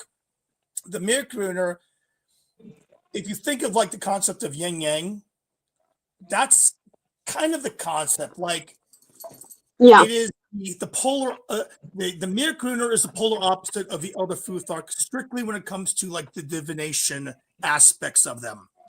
Now, and I can see that. keep it short. I'm a very much of a liminal practitioner. I call it the veil of the gray. I like to walk in that mist line between what some might say the right or the left or the dark or the light or whatever. And then I'm just going to say this one last thing. And Karin touched on this. The Abrahamic ideology of good versus evil, heaven versus hell, is not a concept that existed in pre-Christian Scandinavia in that culture. They understood that there were things that were obviously malevolent and there were things that were benevolent, but not when you get the later on scholars that are writing these things down. Human nature is what it is. If you are born and raised as a Christian and you're writing about this other heathen heretic culture, even if you're trying to be scholarly about it, subconsciously you're going to interweave some of your own ideologies with that. Yeah. It's human nature. So Right. there you go. Yeah. And then I think you guys may have touched on this a little bit, but the last question I have, what are your thoughts on the Uthark interpretation of the Elder Futhark? Again, I touched that in the books with the Uthark, Sigurd Agrel, who there's a specific runestone, I can't remember off the top of my head, but it's the only runestone known where it starts with Uru instead of Fehu. Fehu's actually at the back. Beyond that, there are some interesting bind runes or cipher runes, which is still debated by runologists to this day. And he took that with some very much esoteric ideas and created the Uthark, where each one has a different interpretation. It's not like the polar opposite of the Elder Futhark. It's its own esoteric entity that he created based on his own interpretations and studies. Yeah. Yeah, everything's moved over, shift over one place. And, maybe people would say that about us 1,000 years from now. Oh, Eiriker created his own ideas about this. Karin Dahlstrom, Rune Guides of the North, she did this and said the runes weren't speaking to her if they were turned upside down. It's like that cockroach theory. You see a cockroach. I live in Florida. You see a cockroach and you kill it and you're like, I got it. That was it. And there's 1,000 in the wall you don't see. So there's, we stumble across this that Ardell did or Argel did. And there's probably lots of different ones that maybe aren't recorded or expanded upon, different esoteric niche ways to work with the runes, to interpret the runes. Yeah, I mean, really, that's all you can really say about that. Does it mean it's invalid? No. Between all of the known Icelandic manuscripts, there are over 360 different standalone and some variants of what is known as the Icelandic runes or the Icelandic magical letters. Another thing I touch on in Runabach. It is such a vast topic, and there's so much that's been lost that we're left only to theorize or speculate with a large sum of it. Yeah. And then that was all I had. So Larissa, I think you had some questions from the audience too. Yes, I do. And so, in order to expedite this, we're gonna do this speed round because there's a lot of questions.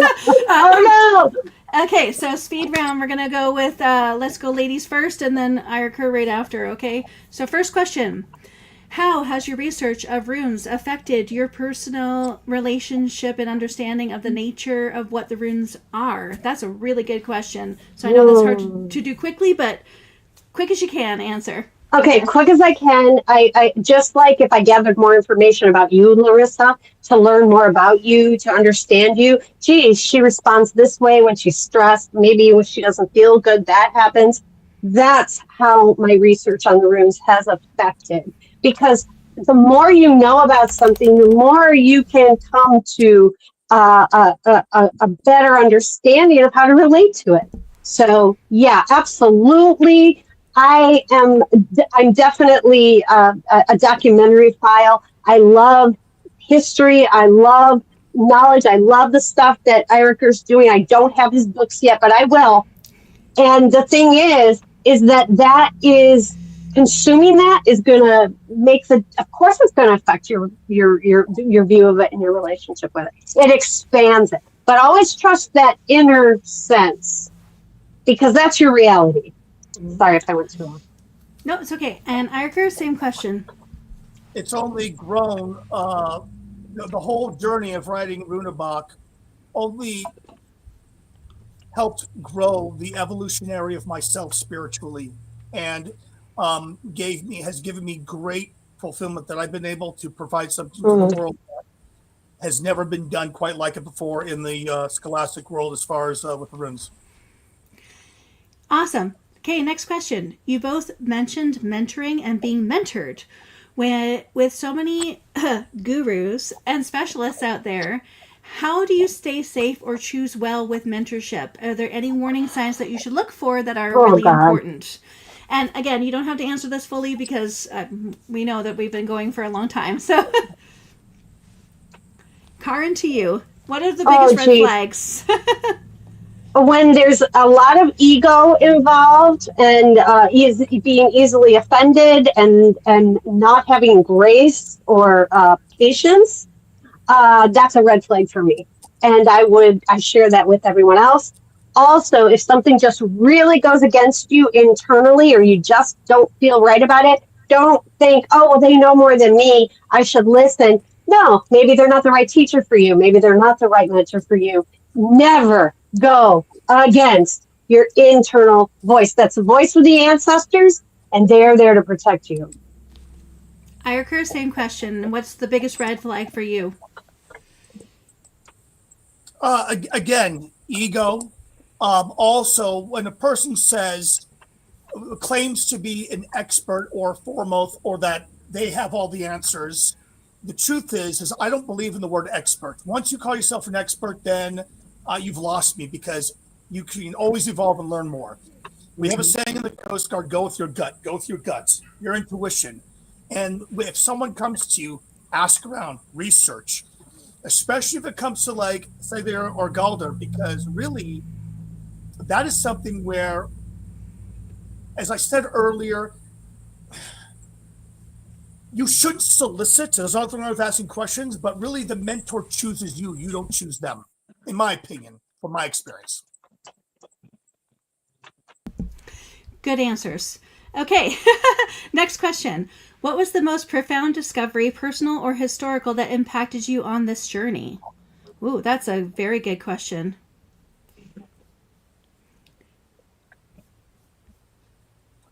Karin, for you.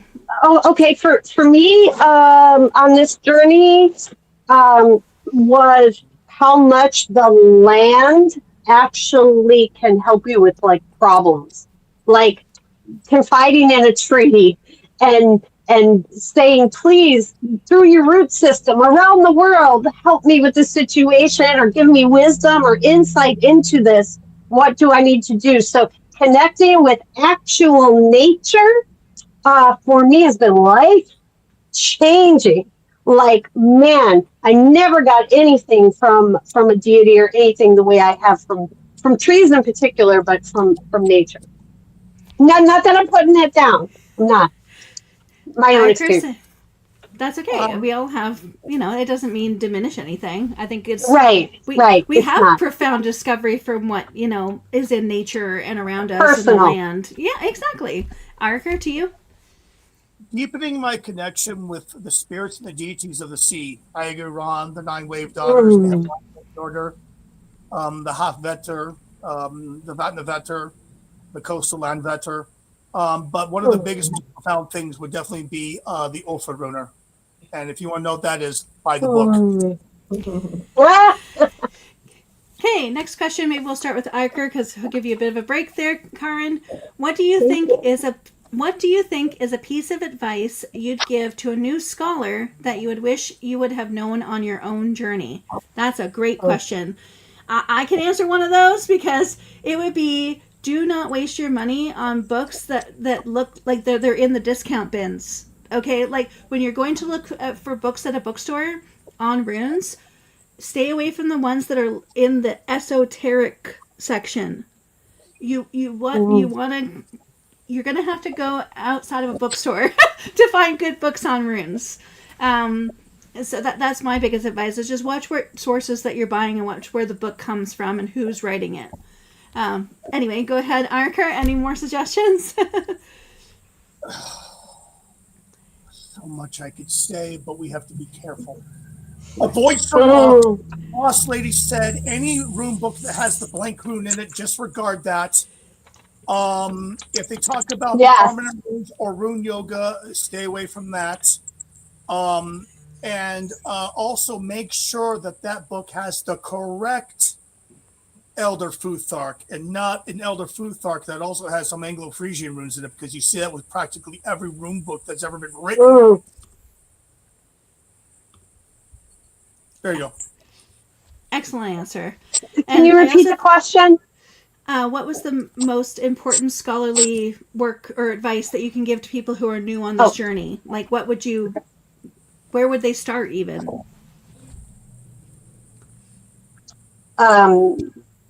Don't start with TikTok. I started the hashtag with a friend, North Talk, years ago in 2018 or 2019, and now it's just a crap show. And so don't go to TikTok to get all your knowledge. There's great things. There can be great things that can take you other places. Just don't. Oh, one last thing. Stay away from those rune writing apps. And too, like a big piece of advice that I would give, especially when I got into this world of publishing and realized like a lot of my spirituality would have to be sort of funneled into book format, which is actually really hard, surprisingly, because we know it's in us, but it's really hard to convey practices in writing. But one of the biggest things I could advise people who are out there and are just starting on this journey, like, don't be afraid to go way outside of source material. Look at folklore, look at fairy tales, look at anthropology, not just archaeology, but the way people lived. Because there's a lot of things about runes and divination and magic that are woven in there. So it's a really good place to look if you don't know. And it's more accessible because it's not written in a way that you have to have a PhD to kind of decipher. Everyone can read something from Grimm's Brothers, but Grimm's Brothers has stories in it that relay stories of old vulvas, of old seeds women, of old magic. So, like, don't be afraid to go outside the sources. Yes. Okay, next question. For Iker in particular, why are there so many variations of younger Futhark, and is it necessary to study these any more than what you described in your book? That's a really good question. Okay. The reason for this is just like any language where it's covering a region of people. Although it's Scandinavia, the cultures are, even back then, they are variations between Sweden, Norway, and Denmark. They're not all under the same umbrella. Yes, it's Scandinavia, but there are cultural differences. And when you have that, you also have that with written language. But also, too, when you look at, which I do very specifically in the Elder Futhark family chapter, Denmark was the first to have a form of the younger Futhark. And then I believe it was Sweden, Norway, if I remember right. But then they evolved up into what younger Futhark stopped, I believe, 12th century, if I remember right, where it evolved into the medieval. So what you have is variation depending also, and this is important, the difference between Western Old Norse and Eastern Old Norse. These are two separate dialects that existed in Scandinavia. Based on that is why you have different variations of the Younger Plutarch. And the last part of that question is, you can always learn more. Yeah, my books go very much into it, but don't use my books as the end all. Keep exploring. Great question. I'll give this one to Karen because it says for either of you, but since I forgot one, we'll just be fair here. Okay. In such a reconstructionist faith, how do you deal with so much show me your sources when you have come up with a theory / practice by yourself as a modern practitioner? Karen, you have the floor. How do I deal with it? Well, I roll my eyes, and then I explain to them that the sources are primarily written in the medieval era. They can be very specified to certain geographical locations, such as Iceland, so, and I find that if a generalized kind answer does not work with that, they don't want to hear what you have to say. If you can't show me the source for that, they're not open to, hey, I don't know a source for this, but I learned it from my grandmother. I learned this from my dad. And, this is, a Sami drum I don't know. I inherited it. Sometimes I don't have a source for why I do what I do. And I just have to be honest about it, because not everything that I do esoterically, spiritually is sourceable. And I have to be transparent about that. So I don't know if that was a good answer. No, it's a great answer. I also think that people out there need to know one thing about heathenry that is not often conveyed, as that is we don't have a peer review panel for every book that comes out in a heathen subject matter. Heathens are not very few of us are actually PhDs. We have some, like Maria, like Mathis, there's some PhDs out there, but they're very few and far between. And they, even when they're talking about the spiritual side, they stay away from the academics because there is nothing to back up their, you can't find evidence of practice. So it's really hard to do that. Yeah. But a comment that I see a lot in heathenry is this book isn't peer reviewed. So peer review is something done in academics only, and it's not something done in spiritual pathways. So you're not going to find, Karen's book is not peer reviewed. Ayurkar's book is not peer reviewed. You guys are the peers. The community is the peers. So when you read the books, when you're giving us feedback, that's the peer review. So just remember that when you're looking at sources, don't just trust people to say, oh, well, it has to be peer reviewed. It doesn't. People have come to this practice naturally. And they may not have degrees, but that doesn't mean that they're devoid of information or don't know. Both of these people you can hear tonight were very educated on the subject. So that stands for what that, the academic prowess is in the experience. Sure. Okay, next question. Do you think that there are any hints within Icelandic? Someone asked about the phonetics, Ayurkar. Someone asked if when you guys were talking about the context and language and stuff, are there any hints when it comes to Proto-Norse within the Icelandic lexicon that would give you sort of indication of the word, or is that just not a thing? No. Linguistically, Icelandic is the closest that we have to Old Norse. In fact, Icelandic has very little changed in the last 1,000 years. There are some slight different pronunciation variations, spelling variations, but for the most part, if you want to get the best idea of what Old Norse sounds like, listen to someone talking Icelandic. Now, Icelandic itself evolved because you have Icelandic, you have Old Icelandic, and then you have which was Old Icelandic, also known as Icelandic Norse, and then it was Old Norse. So here's the thing: whether it's Western Old Norse, Eastern Old Norse, or Old Icelandic, you have the same problem. Old Proto-Norse still has to be reconstructed, and you can only theorize based on the evolution into Old Icelandic. Okay, and that's our very last question, and I'll give this to both of you, even though it was specifically tagged to Ayurkar, but I think it's a valid question for both of you. When you are writing the runes, do you do it left to right or right to left? And also, when you read them, same question. Do you read them left to right or right to left? So writing and reading, do you do them in the same direction? Karin, you go first, and then Arker can follow. Well, I know some of the rune stones, it's like all over the place, and they're spiraling around and up and down and all over. Me personally, I do it in a way that I translate it into my own English language. So I do it from left to right, and that would be in a horizontal platform, unless I'm doing something magically or specifically secretive or whatever. But if I'm writing them, I also know that most runes were written with the younger Futhark.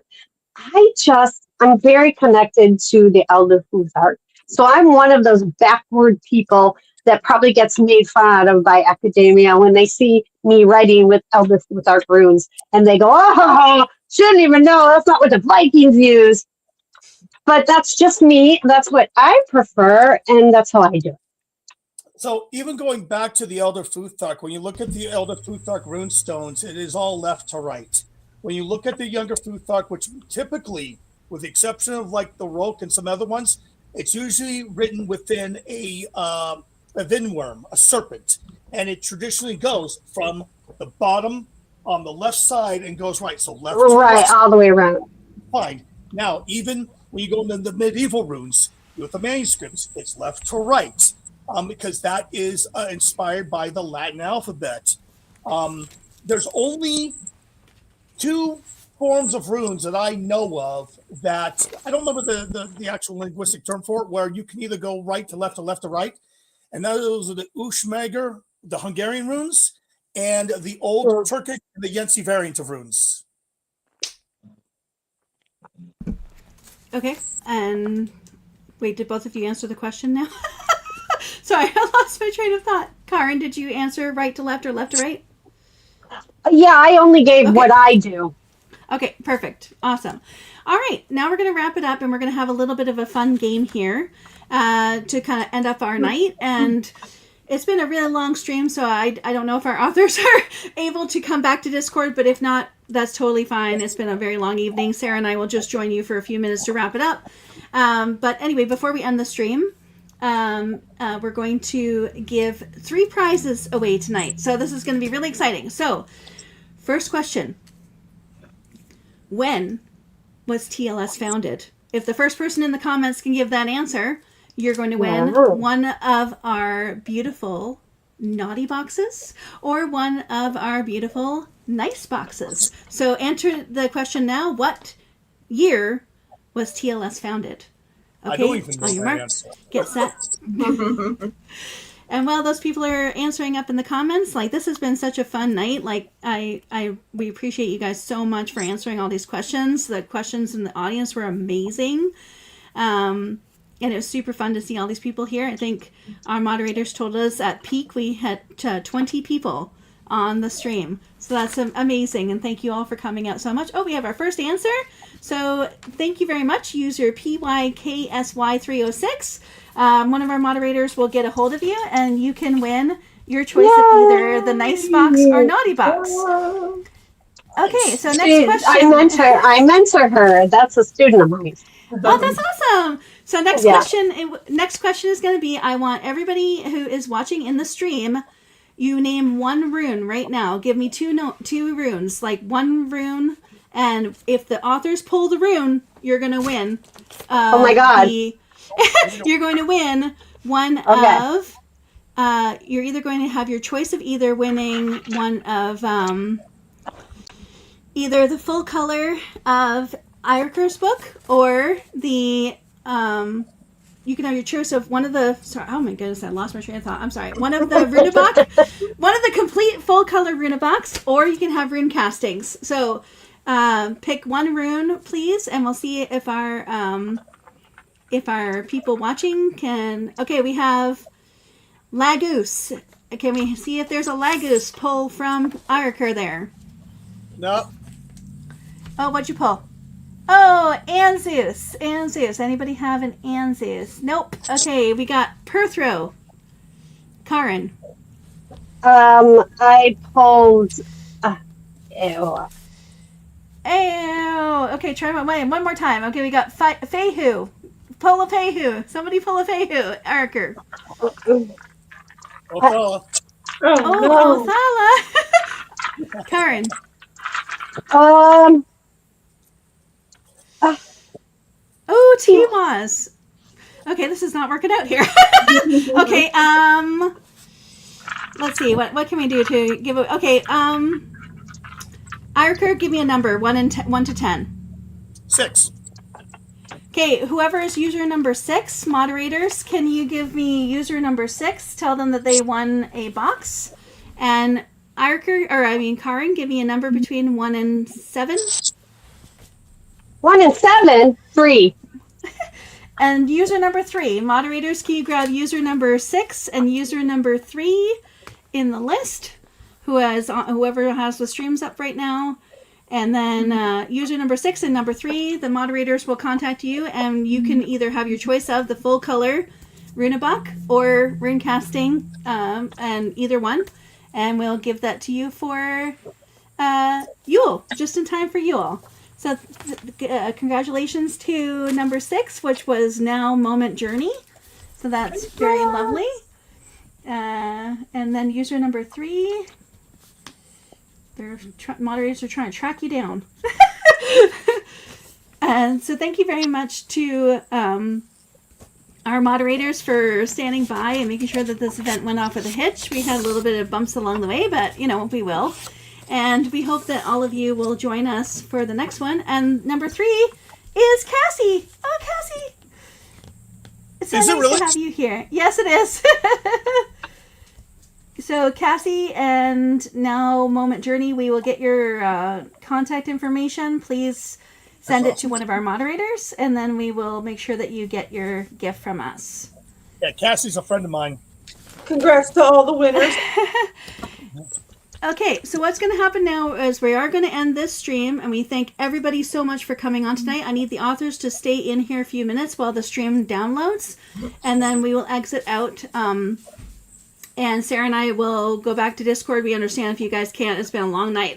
And then we'll wrap it up and tell you guys what's happening next on Nevermore Gatherings. So next gathering will be sometime in March. And it's going to be featuring Ayerker and our VP Director of Human Resources, Shial Milan Barubi. And we're going to be talking about the Ogham. So that will be really fun and exciting.